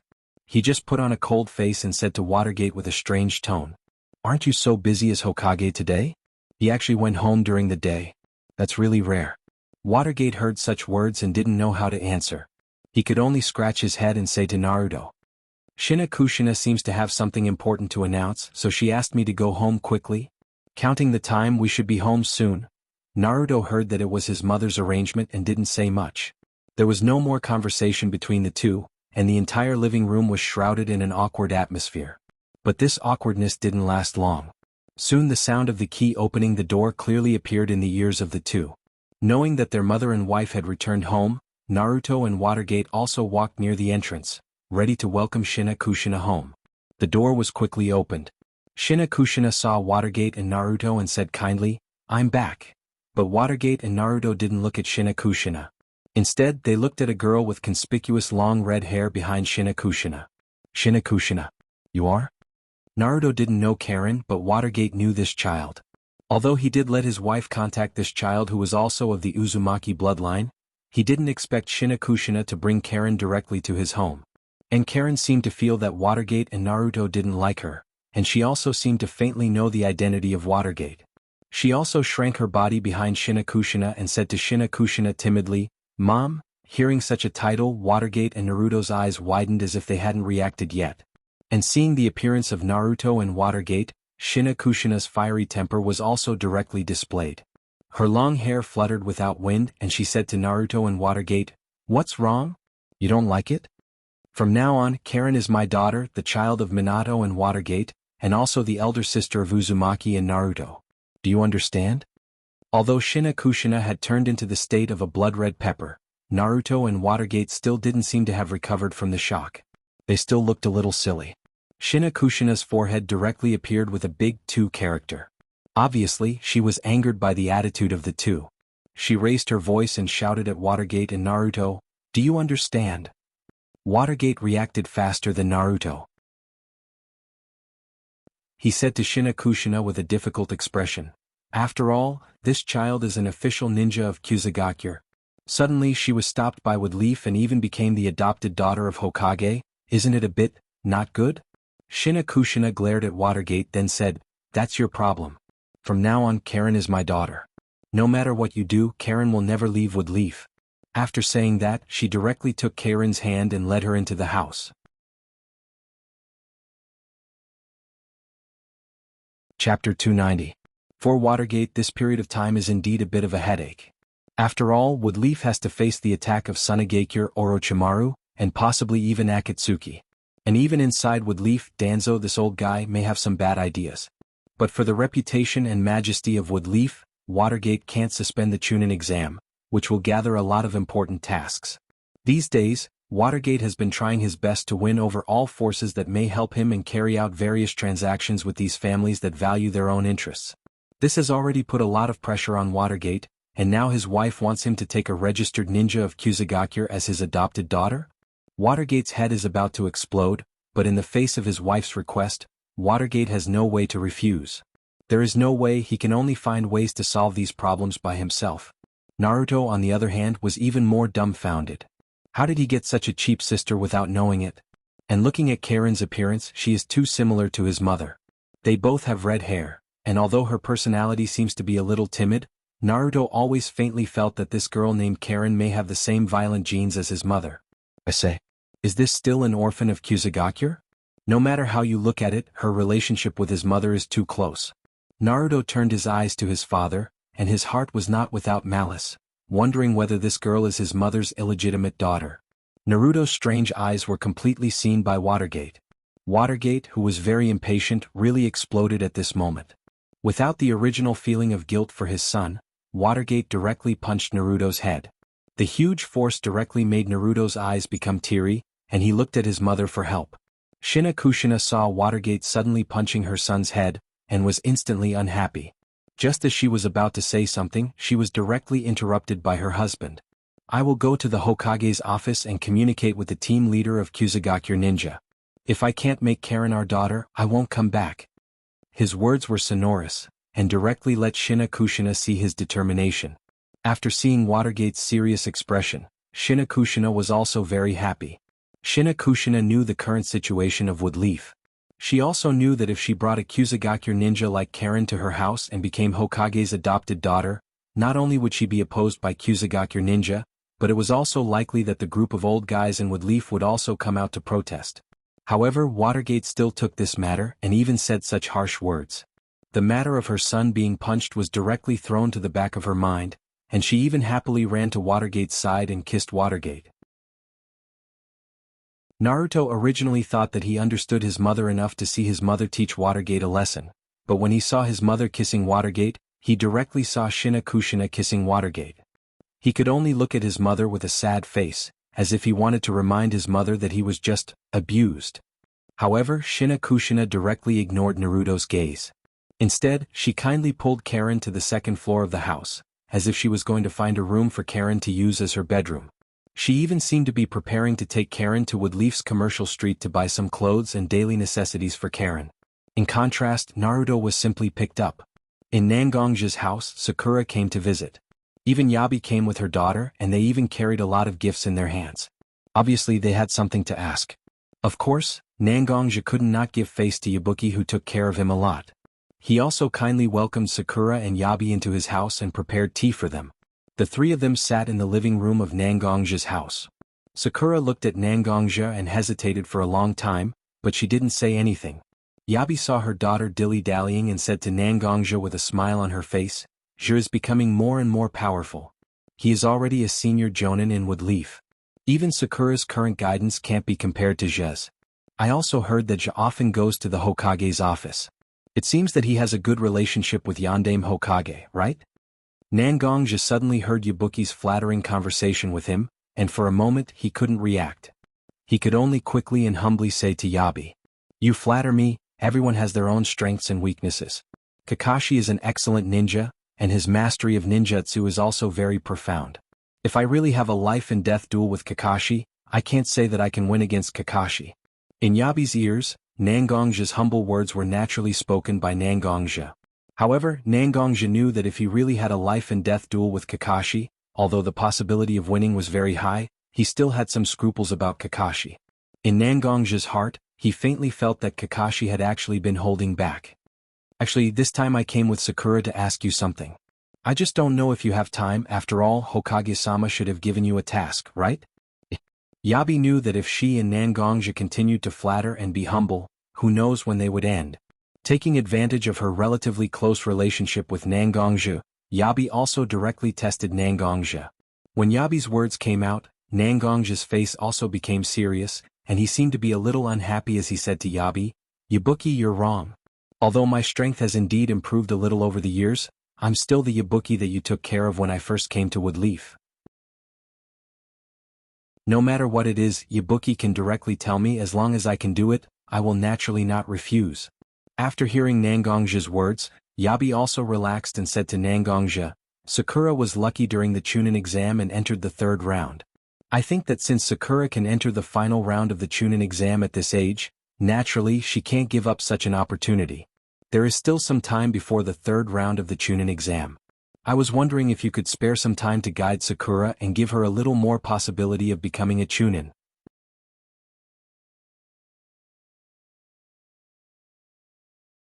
Chapter 291.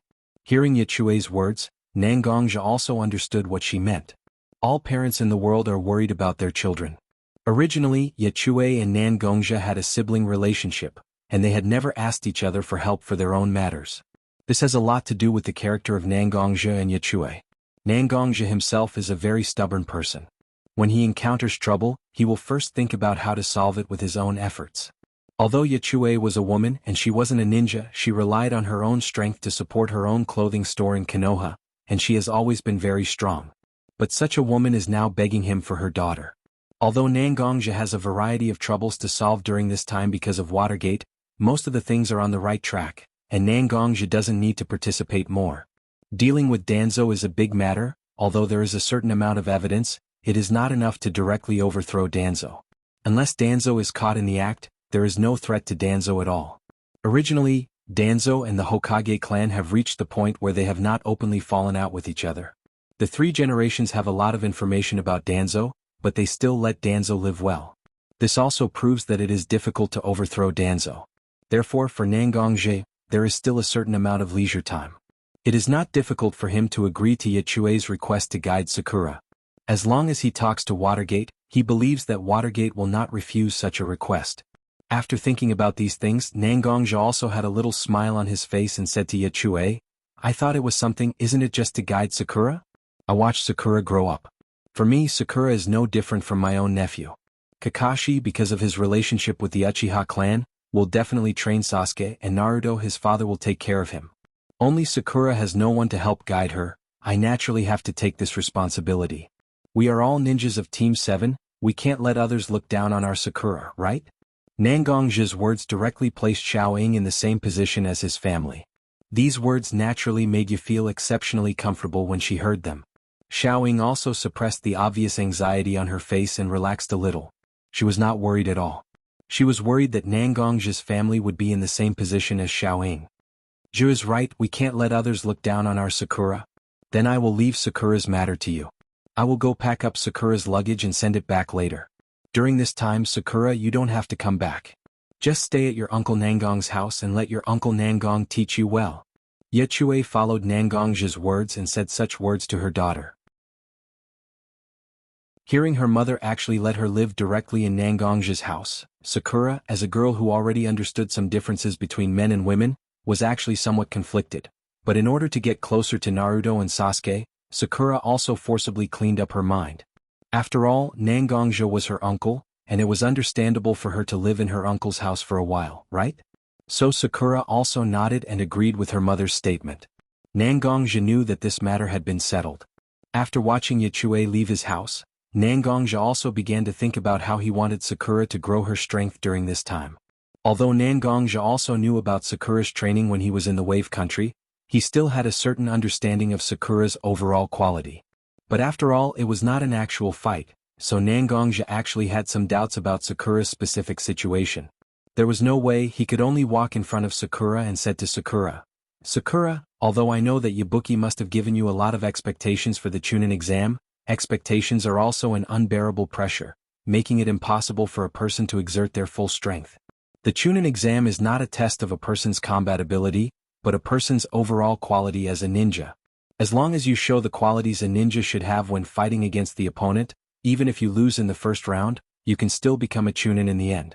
So, I hope you can put all the distracting thoughts aside. Carefully consider where your advantages are and where you can make full use of your advantages. Don't just pursue improving your strength and live to learn more powerful ninjutsu. Do you understand what I mean? Nangongji's words were very honest because in fact, it was only a short period of time before the chunin exam. It was very difficult to make Sakura have a qualitative leap in combat strength. What Nangongji can teach her is to make her fully aware of her advantages, so that she can fully show her qualities in the chunin exam. Sakura herself was a smart child. When she heard Nangongji's words, she naturally understood what Nangongji meant. She sat on the wooden corridor on the side of Nangongji's courtyard, frowning slightly. It seemed that she was carefully analyzing where her advantages were. Nangongji also looked at Sakura's tangled appearance and didn't disturb her. Nangongji actually knew where Sakura's advantages were, but some things can only be remembered by oneself. If Nangongji opened his mouth to analyze Sakura because he wanted her to understand him as soon as possible, although it seems to be a good thing in the short term, it is not conducive to Sakura's future development. Time passed by little, the sun in the sky had now turned into the sunset. For nearly an afternoon, Sakura has been thinking about her performance in all the battles she has been fighting. Whether it was the sound of Nangongji's footsteps or the passage of time, Sakura didn't care about it in her heart. Just when the sun was about to completely set, a beam of light passed through the burning clouds in the sky and shone on Sakura's face. With a little gentle sunlight, it was like a key that unlocked the shackles of her future in front of Sakura. Sakura's thoughts returned to the time when she learned to climb trees under the guidance of Nangongji. At that time she was able to learn how to climb trees quickly, even faster than Naruto and Sasuke. What did she rely on? Her control of chakra.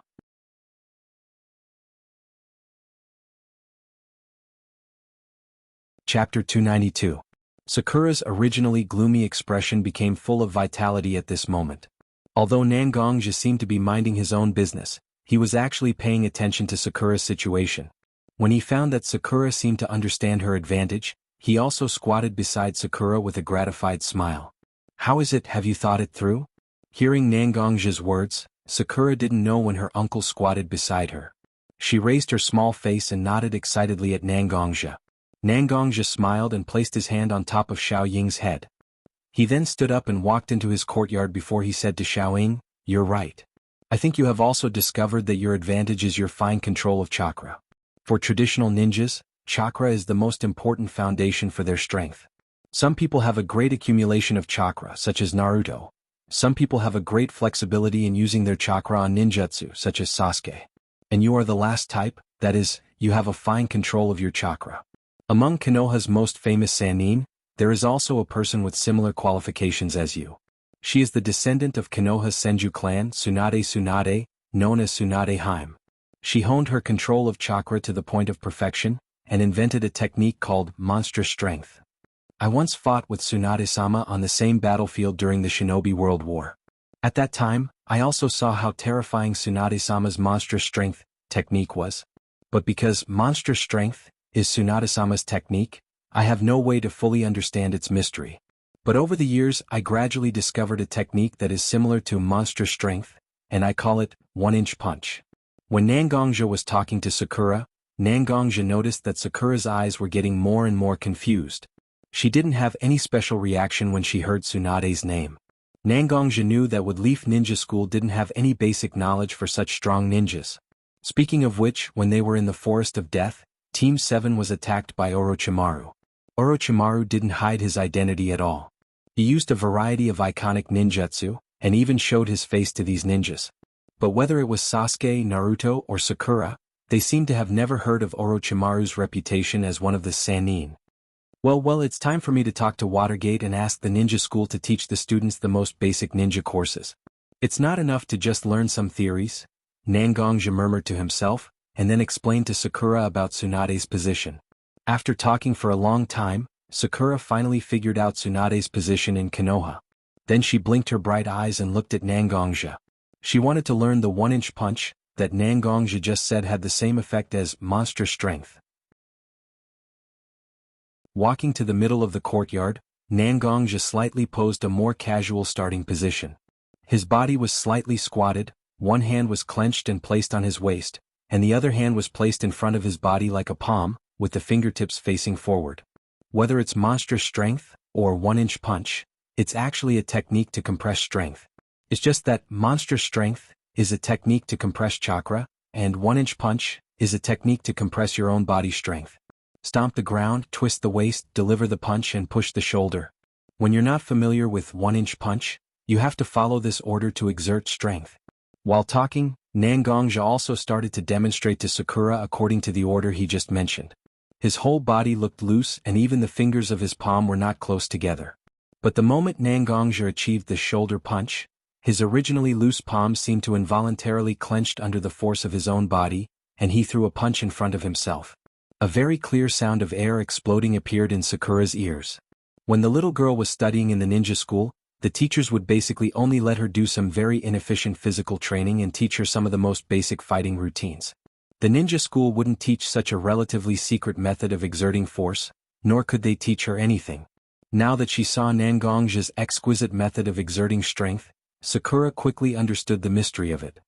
"Uncle, this method of exerting strength seems to be very suitable for girls."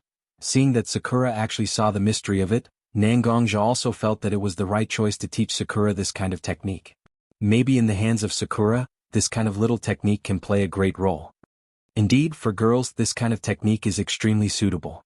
In terms of body structure, the strength of women is inferior to men, but women also have a high degree of control in some more subtle areas. And one-inch punch, this kind of technique, is to gather the strength of the whole body, and then use it in an instant. Women are indeed more suitable. At the beginning I originally planned to teach this kind of technique to your sisters, but little Linger prefers to use ninjutsu, your Roa Nasen has her own boxing routine, and your Mashiro Nasen doesn't seem to be interested at all. It can't be helped, this technique has always been in my heart, and it didn't come in handy. But I feel that Sakura, you will be able to flexibly use this technique in your own battle.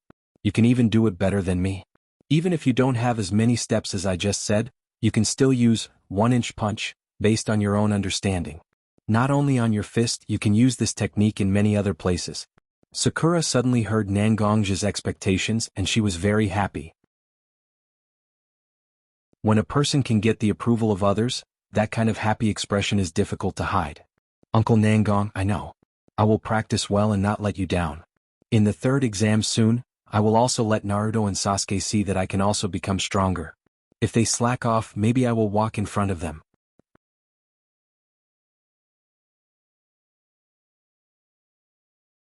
Chapter 293. Hearing Sakura's childish words, Nangongja actually wanted to see everyone's expression when they see Sakura's strength increase and become the next Tsunade Hime. After calling Sakura to his side, Nangongja taught Sakura the specific techniques of one-inch punch little by little. He also taught Sakura how to compress Tsunade's monstrous strength, and how to compress chakra. Although the utilization of chakra is weaker than the original version of monstrous strength, it's still valuable. Naruto looked at the special jonin in front of him, who was sent by his father to guide him. He wore round sunglasses and a bandana on his head. He was called Woodleaf Ebisu, and he had a look of disgust on his face. Naruto had seen Ebisu before. He was the grandson of the 3 generations Hokage, and the tutor of his younger brother Woodleaf Maru. Whether it was his special jonin, Kakashi, or his father, they all seemed to recognize this person's ability to teach ninjas, and they even praised him a lot. However, Naruto felt that the person in front of him was simply a big pervert.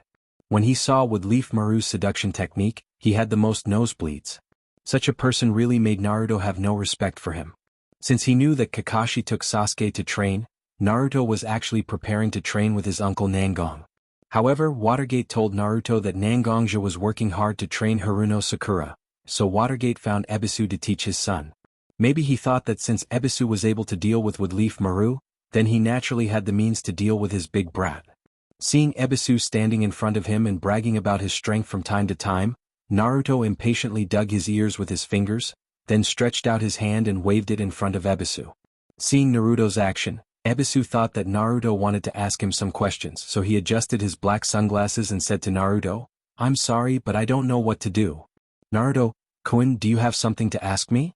As long as it's about training, I can guide you."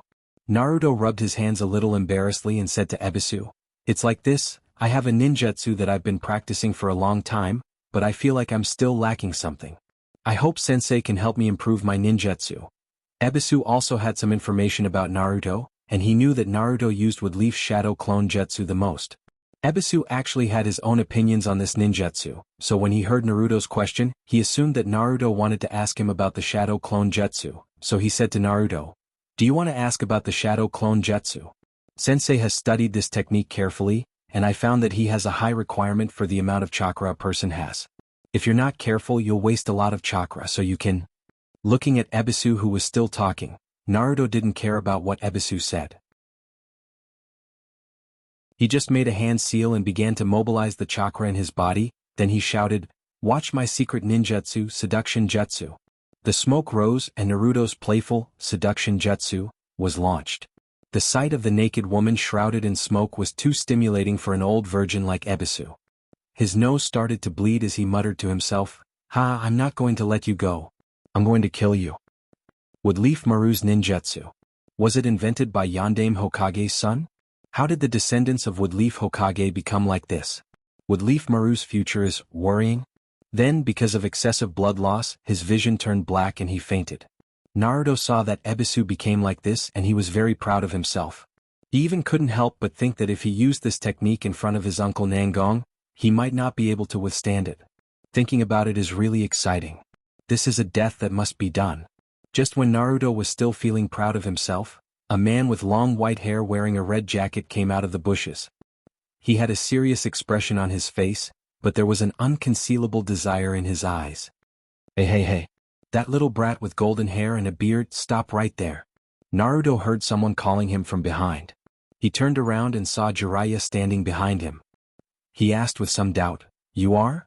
The person in front of him looked very familiar, as if he had seen him somewhere before. Naruto felt very strange.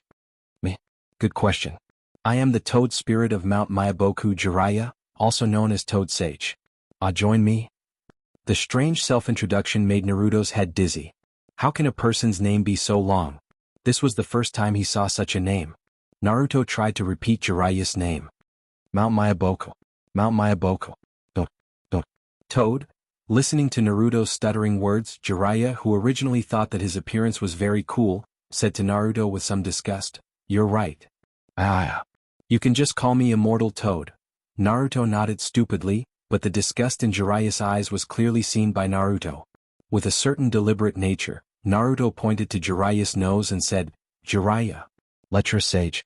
When Jiraiya heard such a name, he instantly felt embarrassed, but he still corrected Naruto with a good temper. "It's Toad Sage. Toad Sage. Okay, Lecherous Sage. I said, don't you understand? I'm talking about Toad Sage. I heard it very clearly, it's Lecherous Sage, right, Lecherous Sage?" The two were like children. They talked for a long time. In the end, Jiraiya was defeated and acquiesced to Naruto calling him Toad Sage. But then Jiraiya's expression turned serious. He pretended to be serious and said to Naruto, "Ebisu is a famous tutor in Woodleaf. You're not satisfied with him? How about I train you? Looking at you, you should be a candidate for the Chunin exam.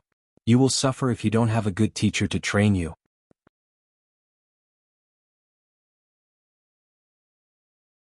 Chapter 294. Naruto didn't live a carefree life since he was a child, and his heart was extremely sensitive. That's why when Minato arranged a ninja like Ebisu to be Naruto's teacher, Naruto's resistance was so strong. But the white-haired man in front of him made Naruto's heart relax, so when Naruto heard Jiraiya's words, he also faintly agreed. "Have you practiced climbing trees with chakra?" Jiraiya seemed to think of something and asked Naruto. Hearing Jiraiya's words, Naruto also nodded and said to Jiraiya, "Yes. Although the progress at that time wasn't so smooth, I can still climb trees with chakra." Hearing Naruto's answer, Jiraiya nodded and then said, "That's good. Since you have such a foundation, then I can teach you the next stage of chakra control. Watch." With that said, Jiraiya walked to the shore of a pool next to the two, then stepped directly into the pool with one foot. But the foot that stepped out was not submerged in the water, but stood directly on the surface of the water. Standing on the water, Jiraiya looked at Naruto, who was standing on the shore, and said, "The next stage of climbing trees is stepping on the water. Compared to the tree trunk, which doesn't change in texture, the water surface will make it more difficult for people to stand on it because of its fluidity. You have to keep paying attention to the changes in the water surface under your feet. Only in this way can you successfully stand on the water surface. Come on, give it a try. With that, he waved to Naruto. Naruto also felt that standing on the water surface was very powerful, and he was eager to try standing on the water surface himself. So he stood on the shore, closed his eyes, and began to mobilize his chakra. After a while, it seemed that he was ready. Naruto stepped on the water surface with one foot. Under the effect of chakra, Naruto's foot also stepped directly on the water surface. The beginning was very good, and Naruto's heart also had more confidence. Then he stepped on the water surface with his other foot. But after a while, Naruto's body began to shake, and finally, he sat down in the water. It's okay, don't worry. We can take it slow. This kind of training, even smart people can't complete it directly. What you need to do is to let your body remember this feeling, and then start to mobilize the right amount of chakra yourself. This requires a lot of practice. Jiraiya didn't scold him as Naruto imagined. Instead, he comforted him very gently. And Naruto was a determined person. Since he encountered a problem, he naturally had to work hard to solve it, right? So Naruto also nodded and began to practice on his own. But some things can't be solved by constant effort. He tried again and again but failed again and again. Jiraiya was also observing Naruto's practice. The experienced Jiraiya naturally saw that the reason why Naruto's control of chakra was so bad was actually because the seal in his body was loose, causing the Nine Tails chakra to mix in with his chakra. This kind of situation needs to be solved. Jiraiya's relationship with Shina Kushina and Watergate was needless to say. He was also very close to this child who was like his grandson, so Jiraiya secretly began to think about how to help Naruto. It stands to reason that he should ask Shina Kushina, because Shina Kushina was the last Nine Tails column force, but he didn't know why Shina Kushina and Watergate didn't help Naruto solve this problem, which made Jiraiya very puzzled. Naruto, come here. Looking at Naruto who had been working hard, Jiraiya waved his hand and called Naruto to his side. Naruto came to Jiraiya's side with a puzzled face and said to Jiraiya, "What's wrong?" "Lecture Sage. I'm still working hard, why are you calling me? And, where did you find out my name?" That's right, Naruto didn't introduce himself to Jiraiya before, but Jiraiya directly called out his name, which made Naruto very puzzled. Jiraiya also realized that he was exposed, but this was not a problem at all, so Jiraiya said to Naruto, "Of course I know you, otherwise why would I help you train? My name is Jiraiya, I'm your father, Watergate's master. You are my grandson. I also heard your name from your father and mother, but this is not the point. I have something to ask you." Naruto heard Jiraiya's question and nodded, wanting to hear what Jiraiya wanted to ask him. "I want to know, do you know what is in your body?" Jiraiya asked very straightforwardly, directly asking whether Naruto knew that there was a Nine-Tails demon fox in his body. Naruto's face changed when he heard Jiraiya's words. Whether it was his mother or his father, they told him again and again not to let others know the existence of the seal in his body, but now Jiraiya directly asked, which made Naruto's vigilance soar. Naruto's face changed in Jiraiya's eyes. Jiraiya told himself that he should take out some evidence to prove his identity to Naruto, so he also took out the huge scroll that he had been holding on his waist and unfolded it for Naruto to see. This scroll is a very rare psychic scroll. Anyone who signs their name on this scroll can summon the toad psychic beast from Mount Mayabu through their blood and psychic arts. Take a look at this. With that, Jiraiya unfolded the scroll in his hand, then pointed to a name and said to Naruto, "This is the name of Yondaime Hokage Watergate. As his son, you should know what his summoned beast looks like, right? His summoning technique was taught by me, so I think this is enough to prove my identity, right?" Naruto thought about it carefully. His father, who he didn't like, seemed to really have a toad summoned beast, so he dispelled his doubts about Jiraiya under the influence of a sense of identity and familiarity in his heart. But his eyes were staring at the summoned scroll in Jiraiya's hand. Naruto's wallet and pajamas were all toad patterns. It can be seen that Naruto was actually very close to toads. Now that he knew that he could summon a toad-summoned beast through such a scroll, Naruto naturally didn't want to give up such an opportunity, right?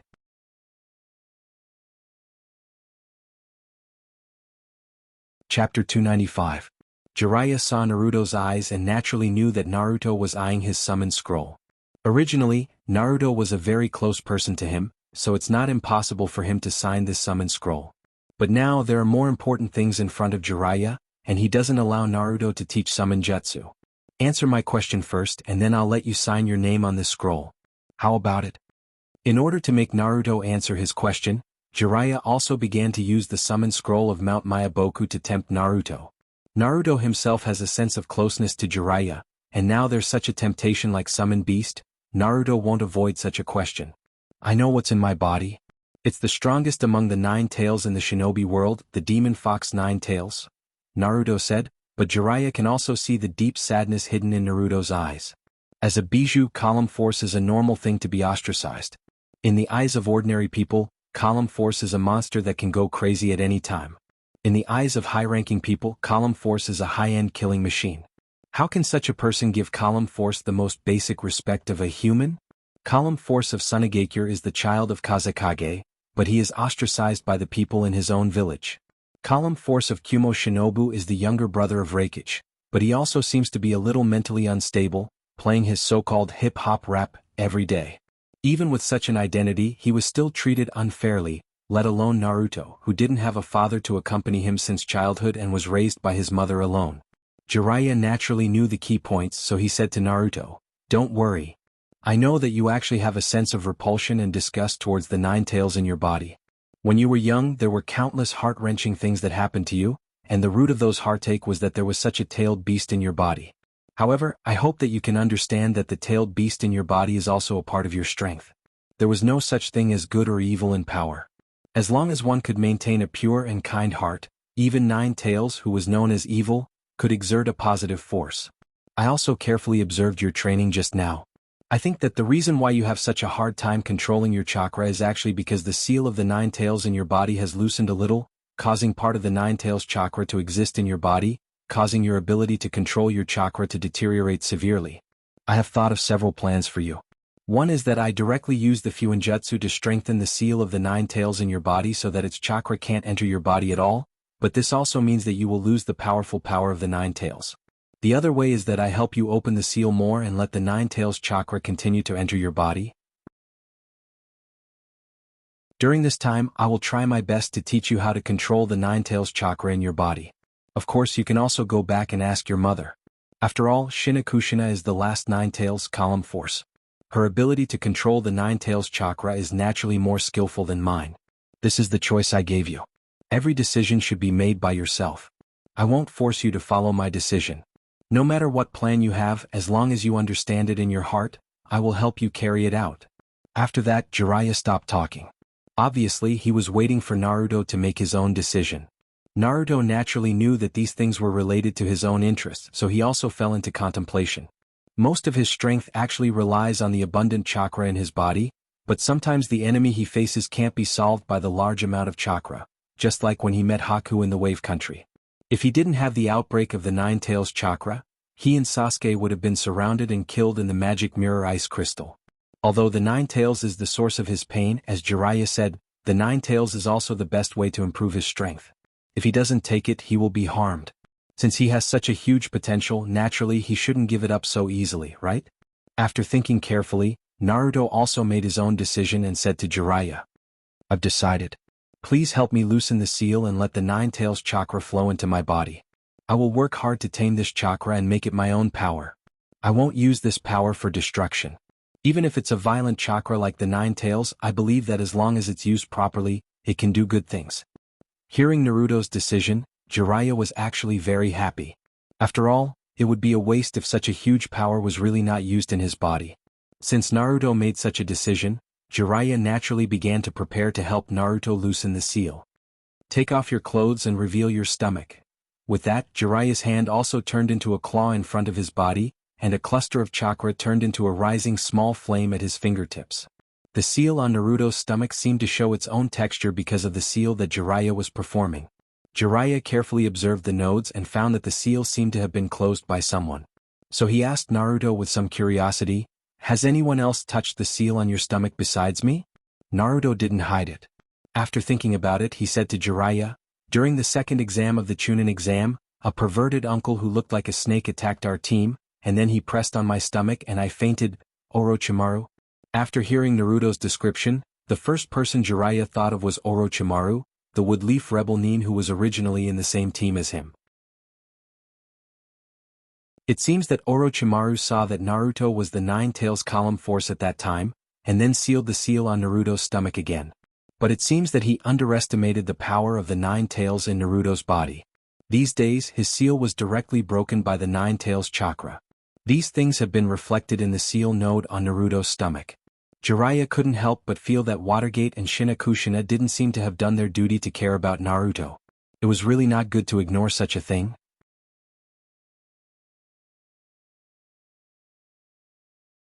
Chapter 296. Although he didn't quite understand why Watergate and Shinakushina would ignore his son's condition, Jiraiya didn't think too much about it. After all, as parents, Watergate and Shinakushina should have their own thoughts, right?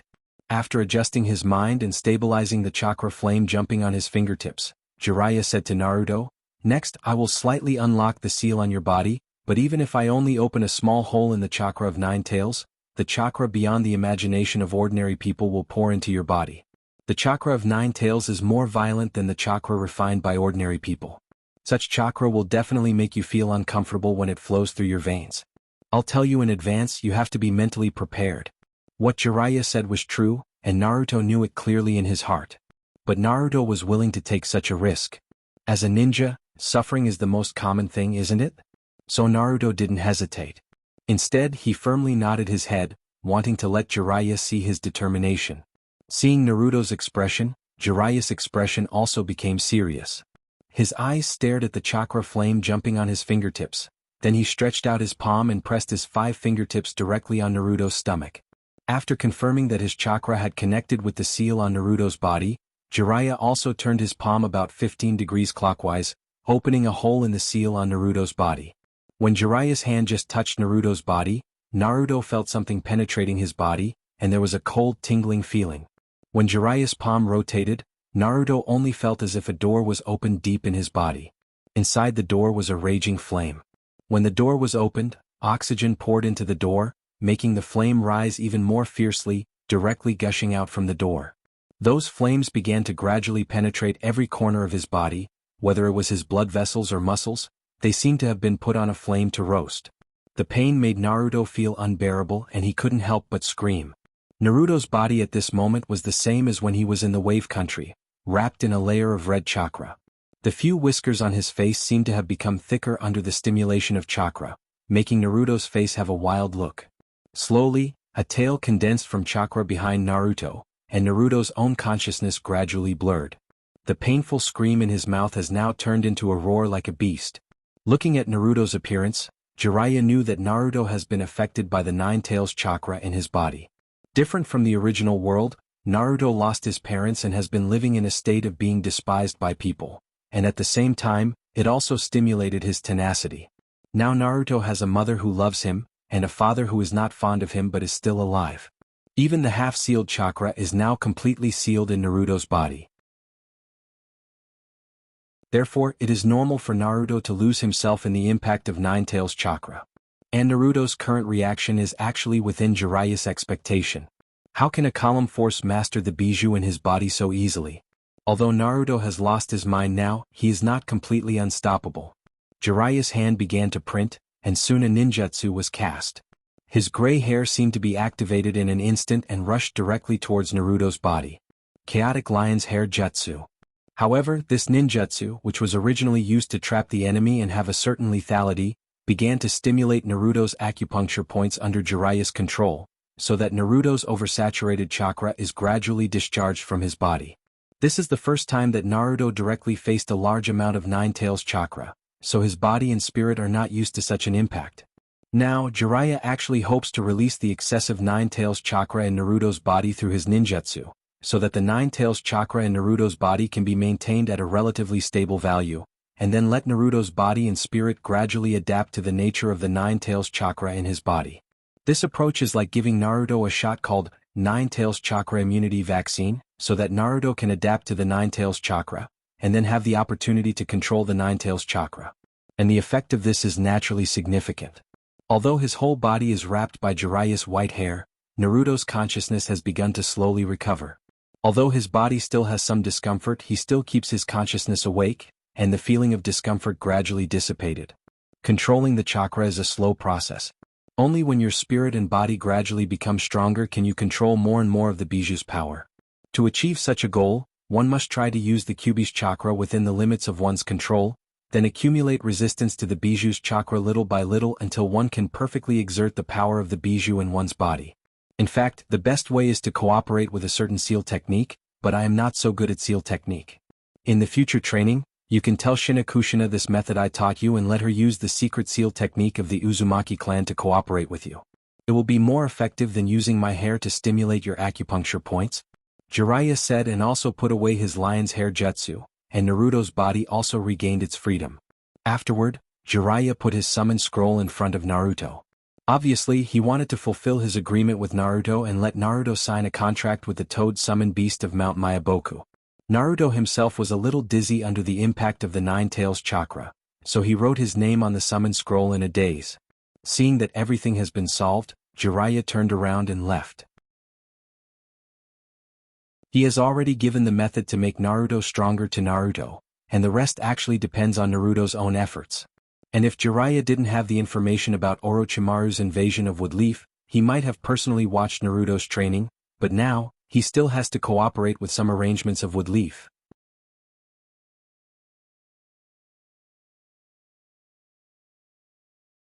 Chapter 297. In fact, the interval between the second exam and the third exam wasn't long. These genin who passed the qualifiers also ushered in their own official exam after hard self-training. During this period of time, Konoha was packed with people. Countless dignitaries and rich businessmen came to Konoha to take a look at the Chunin exam, which can be said to be a grand event.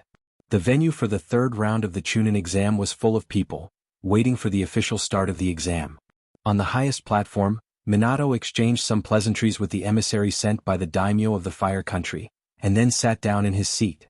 On both sides of Watergate's seat, there were 2 chairs prepared for the 3 generations of Woodleaf and the 4th Kazekage of Sunagakure who will come here to watch the Chunin exam. After a while, the 4th Kazekage came to the high platform surrounded by a group of Sunagakure ninjas.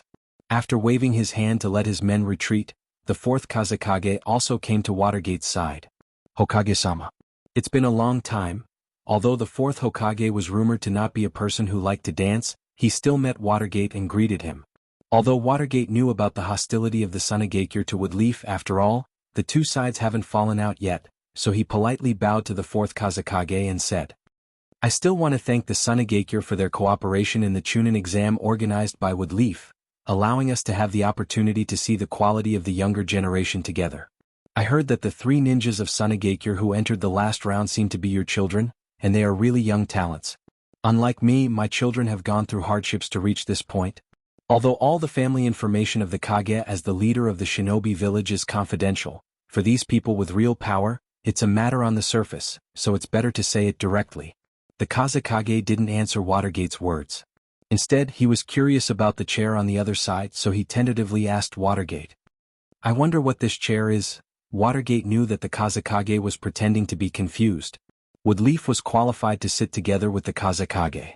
Besides the previous Hokage Yuan Fei, who else could have such qualifications? However, Minato followed Kazekage's words and explained, Don't worry. This is prepared for our Woodleaf's 3 generations of Hokage. Although Yuan Fei-sama has stepped down from his position as Hokage, as the recognized ninjutsu doctor, in the shinobi world, I specially invited him to come here and see our children of Woodleaf. Lord Yuan Fei did not decline and decided to come here to take a look. Speaking of which, we should be arriving soon, right? As soon as Watergate finished speaking, a somewhat old voice sounded behind Watergate. Wow. This old man has been staying at home for a long time. Now that it's a rare event for Woodleaf, I naturally couldn't bear the loneliness and wanted to come and take a look. I hope 4th Kazekage doesn't think this old man is meddlesome. The one who spoke was naturally Yuan Fei, who has stepped down from his position as Hokage. At this moment, the 3 generations of Hokage looked like an ordinary old man, wearing a white loose suit and smiling very kindly to the 4th Kazekage. The 4th Kazekage didn't talk as casually as before when he talked to Watergate. Instead, he also cupped his hands towards the 3 generations and then sat down in his seat. Although the 4th Kazekage's behavior was a bit abnormal, whether it was Watergate or Yuan Fei, they all knew that this Kazekage had ulterior motives. He didn't want to continue talking to them, so naturally they were too lazy to talk to him. Maybe they will have a good fight with each other later. The 3 Kage or former Kage of their respective villages sat down in their seats.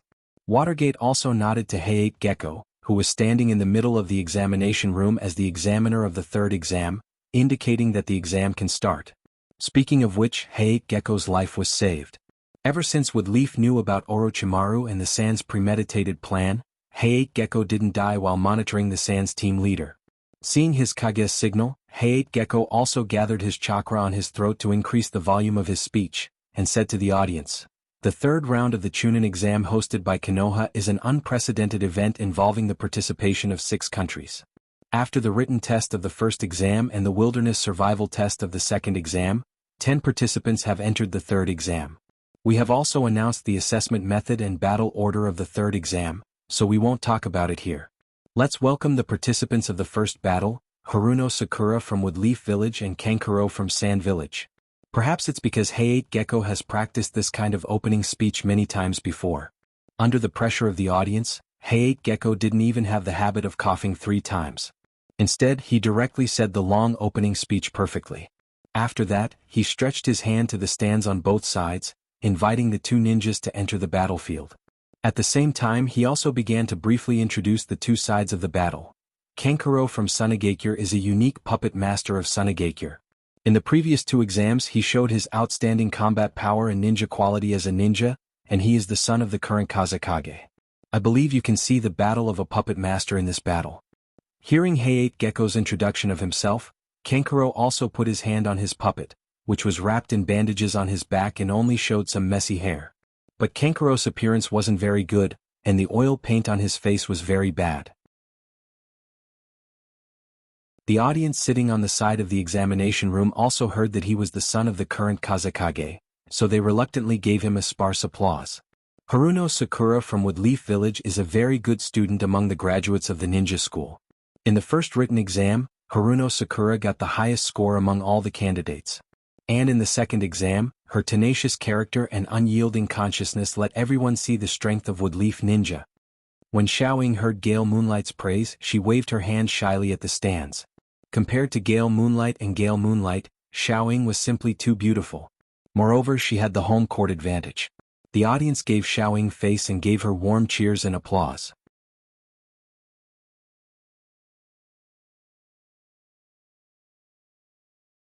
Chapter 298. Although Kankuro had a cold personality, he was still a young man. When he saw the audience cheering for the girl in front of him, Kankuro felt a little unhappy. When he saw Gale Moonlight standing at the edge of the stands, waiting for the 2 of them to get ready before announcing the start of the battle, Kankuro slowly undid his puppet named Crow. At the same time he said to Sakura, "Don't worry, Sakura, I'm not going to give you a chance to win this battle." I said, "Little girl, it's better for you to take the initiative to forfeit, right? I also saw your battle in the qualifiers clearly. Speaking of which, you should be a ninja who focuses on taijutsu, right? If it wasn't for your opponent's lack of stamina and you were lucky enough to obtain victory, you probably wouldn't have been able to enter the third round of the exam. I'll give you some face. You can just surrender now so that you won't be beaten to the point where you can't even get up and lose the competition, right?" In fact, everyone knew who their opponents were. Almost everyone had investigated the people who were officially participating in the third round of the exam. After all, there were only a total of 10 people participating in the exam. Excluding themselves, there were only 9 people. There was not much pressure to investigate at all, right? Kankuro naturally combined Sakura's performance in the third exam to judge Sakura's approximate strength. As a result, he found that Sakura didn't give him much pressure, and Kankuro knew the basic purpose of his village coming to Woodleaf this time. He estimated that this exam would be cancelled halfway through. Therefore, if he could make his opponent admit defeat, it would naturally allow him to preserve more strength for his next move, wouldn't it? If it was the previous Sakura, maybe she would have already surrendered now. However, under Nangong's guidance, Sakura felt that her strength had improved greatly. She also made up her mind to let her 2 teammates see her growth, so she said to Kankuro with a stubborn face, "Master, I'm going to teach you a lesson. You don't have to waste your breath. As a Woodleaf ninja, I won't run away without a fight. Although I know that as a puppet master, you must have a lot of troublesome means, I'm not afraid of getting hurt. I'm afraid that I will lose the courage that I should have kept in my heart all this time." Just like Hayate Gecko's praise just now, perhaps Sakura really represents Woodleaf's strength of character, right? Kankuro also knew that he couldn't make the girl opposite him take the initiative to give up the game, so he completely released the puppet named Crow, wrapped in bandages, revealing its strange shape with 4 arms and 3 eyes. Under the control of chakra in Kankuro's hand, the puppet was also entrenched behind Kankuro. Obviously it was ready to fight. Sakura also saw Kankuro's posture, and her expression became serious. She took out a pair of gloves with iron plate protection on her joints from the ninja bag behind her and slowly put them on her hands. The 2 ninjas who were ready nodded to Heiei Gecko at the same time, and Heiei Gecko also understood and said to the audience, "So, the first battle of the 3rd round of the Chunin exam begins now." The audience heard such an announcement and everyone seemed to be a little restless. The cheers were so noisy, but Kankuro and Sakura automatically filtered these sounds out of their ears and focused on their opponent, waiting for the other party to start. Compared to Sakura, Kankuro's patience is still worse. Seeing that Sakura didn't take the initiative to attack for a long time, Kankuro felt that this can't go on, so he controlled his crow to rush towards Sakura while shouting, "Let me end this boring battle as soon as possible." Sakura herself has a hot temper. When Kankuro said such words, she was naturally very unhappy. The reason why puppeteers are called puppeteers is naturally because all their offensive and defensive means are on puppets. As for the puppeteer himself, compared to their puppets, he is naturally in a weaker position. If you want to defeat a puppeteer, you must defeat the puppeteer as soon as possible. You can't fight too much with the puppets because puppets are different from humans. Puppets don't get tired, right? But at this moment, Sakura's actions were somewhat different from the average person's thoughts. Sakura didn't think of a way to pass through the puppet's attack. Instead, she rushed straight towards the puppet, and one of her hands turned into a fist, as if she was ready to give the puppet a fierce blow. Seeing Xiao Ying's unusual behavior, Kankuro secretly laughed in his heart. Is she really a genin who has just become a ninja? How could he be so bold as to fight against his own puppet head-on? Compared to Sakura's pair of gloved hands, the puppet is made of harder wood that is specially made. It is impossible to leave any mark on the puppet with the strength level shown by Sakura, so what Sakura is doing now is no different from courting death. In the stands, Naruto also looked at his teammates nervously. For Sakura's action, Naruto felt that it was very cool. He shouted in the stands without caring about his image, "Come on, Sakura. Let this guy opposite you know the power of our Team 7 ninja. Go." Unlike Naruto's confidence, Ino Yamanaka, who was Sakura's childhood sweetheart, was also defeated by Sakura before, but she was worried. This kind of fighting method is not the Sakura she knows at all, and for the puppet master, puppets are their strongest means. Using one's weakness to attack the enemy's strength is simply a fool's action. This wide forehead, when did he become so stupid? Nangongjia was also standing next to them. Naturally, he saw Naruto's excitement and Ino's worry. Although he was not so familiar with Ino, Nangongjia still said to Ino and Naruto, "Don't worry, Sakura's brain is very good. Sakura can't ignore such an opponent. You just continue to watch and cheer for Sakura."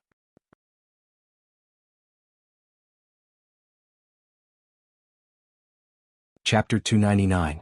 Ino didn't know where Nangongjia's confidence came from, but since he was speaking up for Sakura, Ino didn't want to refute Nangongjia. Although Ino and Sakura seemed to get along very awkwardly, both of them actually cared about each other. Even just now, Ino was worried that Sakura would be too reckless and hurt her, which was why she said those words. On the other hand, Xiao Ying, who was in the arena, did not know about the discussion of the people in the stands. Instead, she was focused on the puppet that was charging towards her. When the distance between them was about a meter, Sakura suddenly stopped.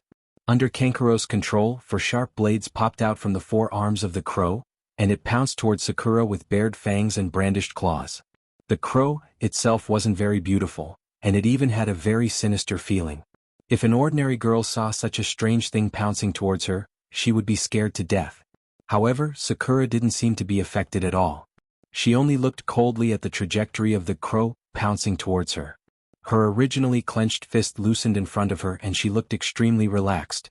As Sakura's opponent, Kankuro was naturally cautious. Although he felt that Sakura's actions were very strange, his crow was already in front of Sakura. If he didn't seize the opportunity to attack, wouldn't it be a waste of such a good opportunity? Therefore, although Kankuro was prepared for Sakura's counterattack, he still controlled his puppet to pounce towards Sakura. Sakura didn't have the slightest chakra fluctuation on her body. The moment the crow pounced on her body, she completed a series of movements. When the loose palm in front of her turned into a fist and punched forward, a very obvious sound of air exploding rang in everyone's ears. As the most proficient ninja in Wood Leaf, Mike Guy's face was now full of confusion. In fact, most of Guy's taijutsu was taijutsu. Although he mainly relied on his physical strength, sometimes he still needed to rely on chakra to strengthen his body to a certain extent. However, Sakura had completely broken his common understanding of taijutsu. She clearly didn't use chakra to stimulate his body, but she was able to make his body erupt with such strength. Naturally, Guy could see that this was a relatively shallow technique. After reading it, Guy was confident that he could understand its mysteries in a very short period of time. However, this kind of combat technique opened the door for Guy to use in a new way of fighting. Sakura was just a newly graduated genin. The possibility of her inventing such a technique was very low. So, who taught Sakura these techniques? Guy unconsciously looked at Nangongja, who was leaning on the other side of the railing, casually watching the battle in the field. Nangongja naturally felt Guy's gaze and instantly understood Guy's intention. He smiled casually and ignored Guy. Instead, he continued to watch the battle between Sakura and Kankuro. At this moment, Kankuro was dumbfounded. How could this weak-looking girl's punch, which didn't contain any chakra at all, destroy his puppet? What a joke. However, the dregs from the main body of the crow on the ground were so conspicuous. Sakura's punch directly hit the main body of the crow, and the huge force directly shattered the main body of the crow. If it was only damaged, Kankuro could continue to use it, but in such a situation where the main body was destroyed, it couldn't be repaired in a short time. His crow was a puppet made from the legendary scorpion of the red sand. There were many techniques that even the Sunagakure couldn't crack, but it was easily defeated by Sakura. If it weren't for Kankuro's quick decision to separate the four arms and the head of his crow, the tremendous force would have torn his entire puppet into pieces, wouldn't it? Sakura was also a little confused. Although she knew that her strength had increased a lot because of the guidance from Nangong-san these days, she still didn't expect that she could exert such power. Standing behind Watergate, Jiraiya, who was dressed as an umbu, was also secretly surprised. He only felt that he saw a familiar figure in the young girl standing in the field. Is Wood Leaf going to have a new Tsunade? Although she was not used to the damage she caused, Sakura still knew the glorious tradition of taking advantage of the enemy's weakness. She directly increased her speed and rushed toward Kankuro. As a relatively weak puppet master, Kankuro also took out a storage scroll from his body in a hurry. He quickly unlocked the seal on it and wanted to summon his other puppets to block Sakura's attack. Finally, when Sakura arrived in front of him, he summoned a huge fish-shaped puppet to block in front of him. This time, Kankuro finally didn't have time to talk nonsense. He relied on his puppet called Salamander to block Sakura's attack, but without the crow, Kankuro's attack was greatly weakened. He looked at his team leader ninja Baki. Baki also shook her head, indicating that Kankuro didn't need to continue fighting. If this continues, it will be a waste of their own combat power. Knowing Baki's meaning, although Kankuro was not so convinced, he still raised one of his hands and said loudly to Heiate Gecko, the invigilator of the exam, "I admit defeat." When Sakura heard Kankuro's declaration of defeat, although she felt very strange in her heart, she stopped her crazy attack and stood in place. Heiate Gecko didn't react for a while. After all, in Heiate Gecko's eyes, Kankuro still had a chance to win, right? But since Kankuro decided to admit defeat, Heiate Gecko naturally couldn't say anything. He directly walked to Sakura's side, raised Sakura's hand, and announced Sakura's victory. This kind of anticlimactic battle naturally made Sakura feel very puzzled, but since she won there was naturally no need to say so much, right? Xiaoying was also very happy as she walked to the spectator stand for the preparation with a smile, waiting for the next exam to begin.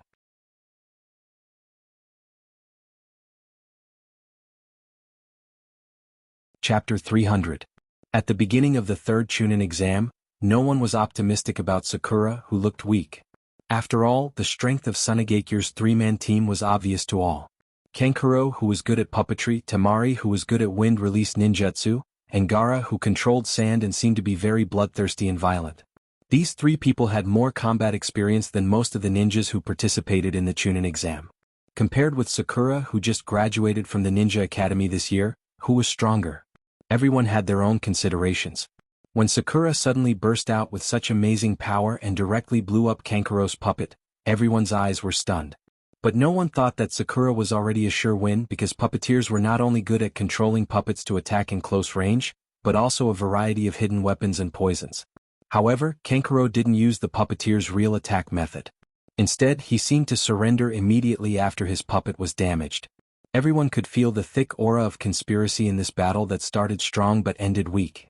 Although Sakura looked like she was smiling when she walked to Nangong's side, her face became gloomy. Nangong-sen, you told me before that puppeteers have all kinds of unexpected means, so I paid full attention to it. You even prepared a lot of antidotes for me before the game, but I didn't expect Kankuro to surrender so quickly. What do they want to do? Sakura said, and her eyes looked in the direction of Tsunagekyu's reference ninja and their lead sensei. The suspicion in her eyes was simply too strong to be dispelled. Naruto naturally heard Sakura's words, and with some confusion he asked Sakura, "What's the matter? Isn't it good to be able to defeat the opponent smoothly and enter the next round?"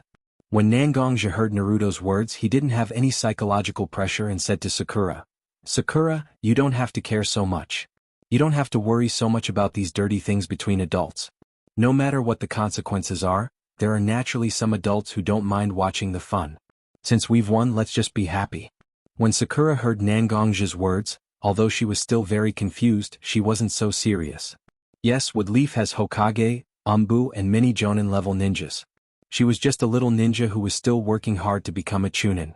Even if there was something very important, how much strength could she exert? Wouldn't it be better to live up to his own victory and be happy for a while? Although Hayate Gecko was a little worried because the last battle was very strange, after all, the next battle was about to start. He adjusted his mentality and said to the audience, "Now, let's start the second battle of the third round of the Chunin exam. The two contestants are Hyuga Niji of Woodleaf and Uzumaki Naruto." Hyuga Niji is the descendant of Woodleaf's Hyuga branch family. As the disciple of Woodleaf's special Jonin, Mike Guy, he was recommended to take the Chunin exam. Uzumaki Naruto is the child of our Woodleaf's Hokage Minato Watergate. He also had a conspicuous performance in this exam. Now let's invite the two ninjas to enter the arena. Hearing his name being called in the arena, Naruto also jumped to the middle of the arena. On the opposite side of Naruto was Hyuga Niji of Hyuga clan. Like Sasuke, Hyuga Niji also had a cold face, but there was a trace of sadness on his face, like a pitiful person who has seen through the fickleness of the world. In fact, the two of them have a lot to be introduced by Hayate Gecko, but Niji is a member of the Hyuga branch family. If Hayate Gecko praised Hyuga Niji, it would naturally make the Hyuga clan embarrassed. And Naruto, as the son of Hokage and a member of Nine Tails Column Force, he can't let Naruto be too famous. Otherwise, Minato Watergate might not be able to hold it in and tear Hayate Gecko apart. So, the two people who could have been introduced more simply because of various reasons. Naruto and Niji didn't seem to care about Hayate Gecko's simple introduction. Instead, they looked at each other seriously. Niji's voice was cold as he said to Naruto, "The last battle was really boring. I think many people hope that the battle between us can be more exciting, but I think they will be disappointed because you will lose faster in front of me than the previous guy with a face full of paint. Although you are the child of Yondaime Hokage, you are destined to lose to me. This is your fate." Naruto looked at Niji's mouth. At first he listened to a few words, but the more Niji talked, the more stupid he became. Naruto felt that it was boring. When he realized that Niji had finished talking, Naruto finally spoke. "Fate? I really don't believe in fate.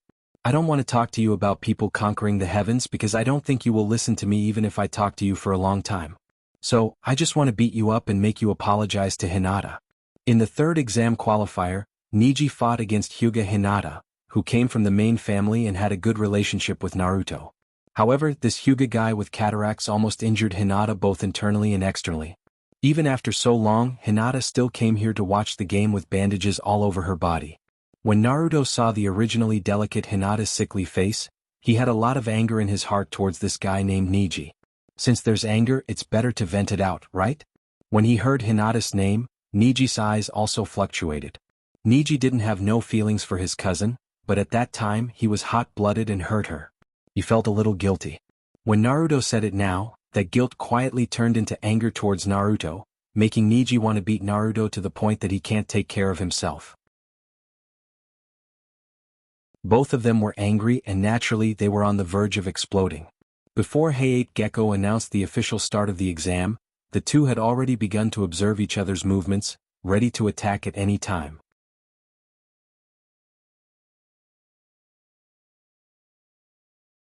Chapter 301. Gale Moonlight looked at the two people who were already in battle mode. Although he was a little unhappy that they ignored him, he still dutifully retreated, leaving space for the two people to fight. The two people who had been staring at each other for a while were in a stalemate. Naruto's eyes drifted a little as Ning-ji, who practiced Gentle Fist and had a very calm personality. Ning-ji also noticed Naruto's momentary absent-mindedness and directly increased his speed.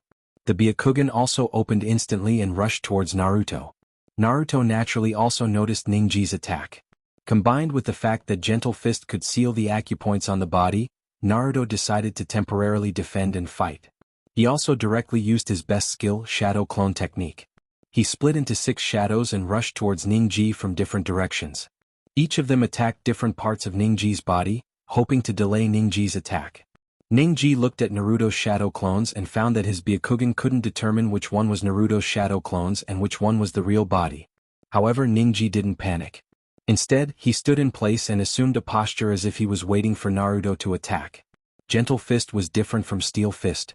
Steel Fist focused on the initiative and directly used a huge amount of strength to deal with the enemy before the opponent could react. However, Gentle Fist was the opposite. It was often used after seeing through the opponent's plan. Just like Ning-ji's sudden attack just now, it was actually to force Naruto to attack passively. Such a rapid attack would definitely cause Naruto to reveal a lot of flaws. Although the shadow clones were indeed very exquisite, it actually only increased the number of enemies for Ning-ji. As long as he was strong enough, even if Naruto's shadow clones doubled, Ning-ji wouldn't feel too much pressure. When Naruto saw Ning-ji stop moving, he felt that there was a trick. However, Naruto was clear about the characteristics of his shadow clones. Naturally, he was confident that Ning-ji couldn't distinguish between his real body and his shadow clones. In that case, he might as well continue attacking. It was good to let Ning-ji have a taste of being ganged up on and let him know that he wasn't invincible. Nangong's teaching still flashed across Naruto's mind. The so-called battle was actually very simple. No matter how complicated the means were, it was actually a matter of the strong bullying the weak, the fast beating the slow. Naruto still had a certain amount of confidence in his strength and speed. According to the strength and speed that Ning-ji displayed in the 3rd exam qualifier, Naruto still had the strength to fight. Seeing his fist slowly approaching Ning-ji's body, whether it was Naruto's real body or his shadow clones, their faces revealed a joyful expression.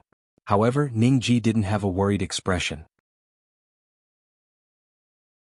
Instead, he smiled confidently and waited for Naruto's attack. After confirming that the distance was right, Ning-ji directly controlled his chakra to gush out from all the acupoints on his body. His body spun because of the large amount of chakra. Ning-ji's figure was replaced by a huge blue and white chakra sphere. Naruto's real body and his shadow clones were in the range of the sphere's attack. After a few explosions, Naruto's shadow clones directly disappeared into the air. Naruto's real body was also directly sent flying by the huge force of the chakra sphere, drawing a long gully on the ground.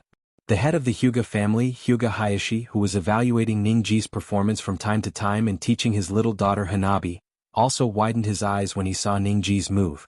This is revolving heaven? As the head of the Hyuga family, Hyuga Hayashi naturally knew that no one would teach the branch family a move like revolving heaven. If the branch family wanted to learn this move, they could only experiment bit by bit. The difficulty was self-evident, but Ning-ji actually directly used such a move that was considered a secret move among the soft fist techniques. Naturally, one could see his talent and intelligence. Ning-ji also stopped his revolving heaven, suppressed the dizziness in his mind and said to Naruto, "Don't worry, Naruto. This is the power you wanted to use to teach me a lesson? Isn't it defeated with just one blow? I said before, fate is on my side. You will definitely lose to me in this battle." Naruto's body was now covered with large and small wounds. Not only were there bruises after being thrown out by a huge force, but also because he was in the range of the revolving heaven, and the chakra invaded his body, causing a certain amount of damage. Surprisingly, Naruto didn't talk back to Ning-ji. Instead, he looked at his father, Minato Watergate, who was sitting on the high platform. But at this moment, Minato Watergate seemed to be whispering something with the 3 generations of Hokage. Even if his son was injured, he didn't look at him. Instead, he looked at Nangong's position and found that his mother was already beside Nangong. She was looking at him with a worried face. On the other hand, Nangong seemed to be very confident and said something to his mother. Now was not the time for him to lie on the ground like a dead dog, struggling at death's door. Her mother was worried about her, her uncle Nangong believed in her, and her father, who she looked down on, had yet to pay attention to her. How could she admit defeat like this? The things that support Naruto's advancement are all in the Chunin exam. At this time, Naruto is absolutely unwilling to admit defeat. With the fluctuation of Naruto's emotions, Naruto's body gradually began to emerge a different red chakra from ordinary people. The large and small wounds on his body began to slowly heal at this moment. This is Nine Tails' chakra? Whether it was Naruto or Watergate, they have already felt this violent but very familiar chakra. Both of them turned their eyes to Shinakushina. Nangongja, who was closer to Shinakushina, whispered to Nangongja, "During this time Naruto didn't waste his time, did he? Under the persuasion of Jiraiya-sensei, I have gradually begun to teach Naruto how to use the chakra in his body. Although it can't be said that he can use it freely, it has already become a fighting force. How can my son lose to someone else so casually?"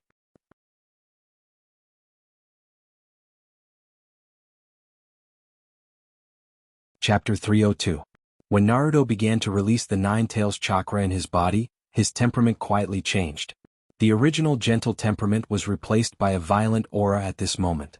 As Naruto's opponent, Ningji felt it the clearest.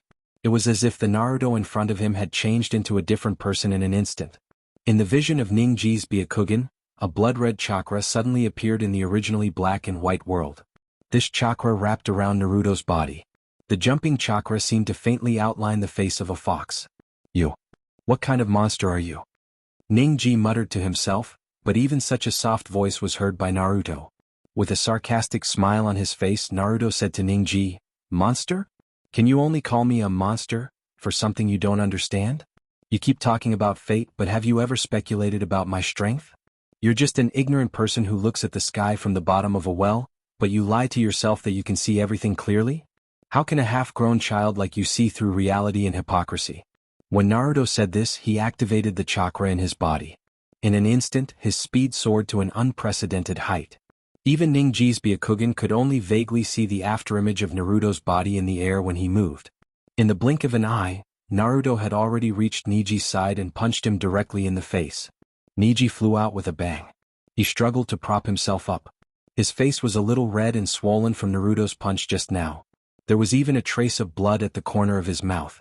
Seeing Ningji stand up with difficulty, Naruto returned to Ningji's side and said to the somewhat embarrassed Ningji, "Stand up. Didn't you always think that your gentle fist was very powerful? Didn't you think that you could crush all your opponents? Why are you in such a miserable state now? Since you want to teach me a lesson, use your full strength." Naruto's words were very harsh. Some people in the stands who were very familiar with Naruto frowned slightly. Obviously, they felt that the person in the field who almost crushed Ningji was not the Naruto they knew. He no longer had his usual lively personality. Instead, he looked somewhat evil and bloodthirsty. Ningji and Naruto weren't that familiar.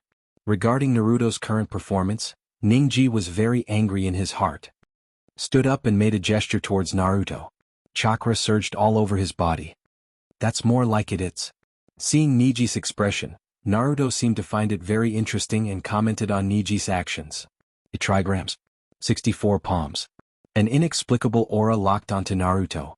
Ningji's eyes stared intently at the 64 important acupoints on Naruto's body. He seemed to feel that the time was right. He approached Naruto in a few steps and continuously sent palm strikes towards Naruto while shouting loudly. 8 trigrams, 2 palms. 4 palms. 8 palms. 16 palms. 32 palms. At this point, Ningji obviously knew that chakra wasn't good enough. However, looking at Naruto's face, he seemed to remember Naruto's ridicule towards him. He gritted his teeth and used all his strength to send out the last move. Trigrams. 64 palms. Naruto didn't dodge Ningji's attack. He even rushed forward to receive Ningji's attack. This 8 trigrams 64 palms can be said to be Ningji's best move. He didn't use it as perfectly as he did now. The 64 important acupoints on Naruto's body were all blocked by Ningji's chakra. His veins couldn't conduct chakra anymore. I'm not destined to be weak like you.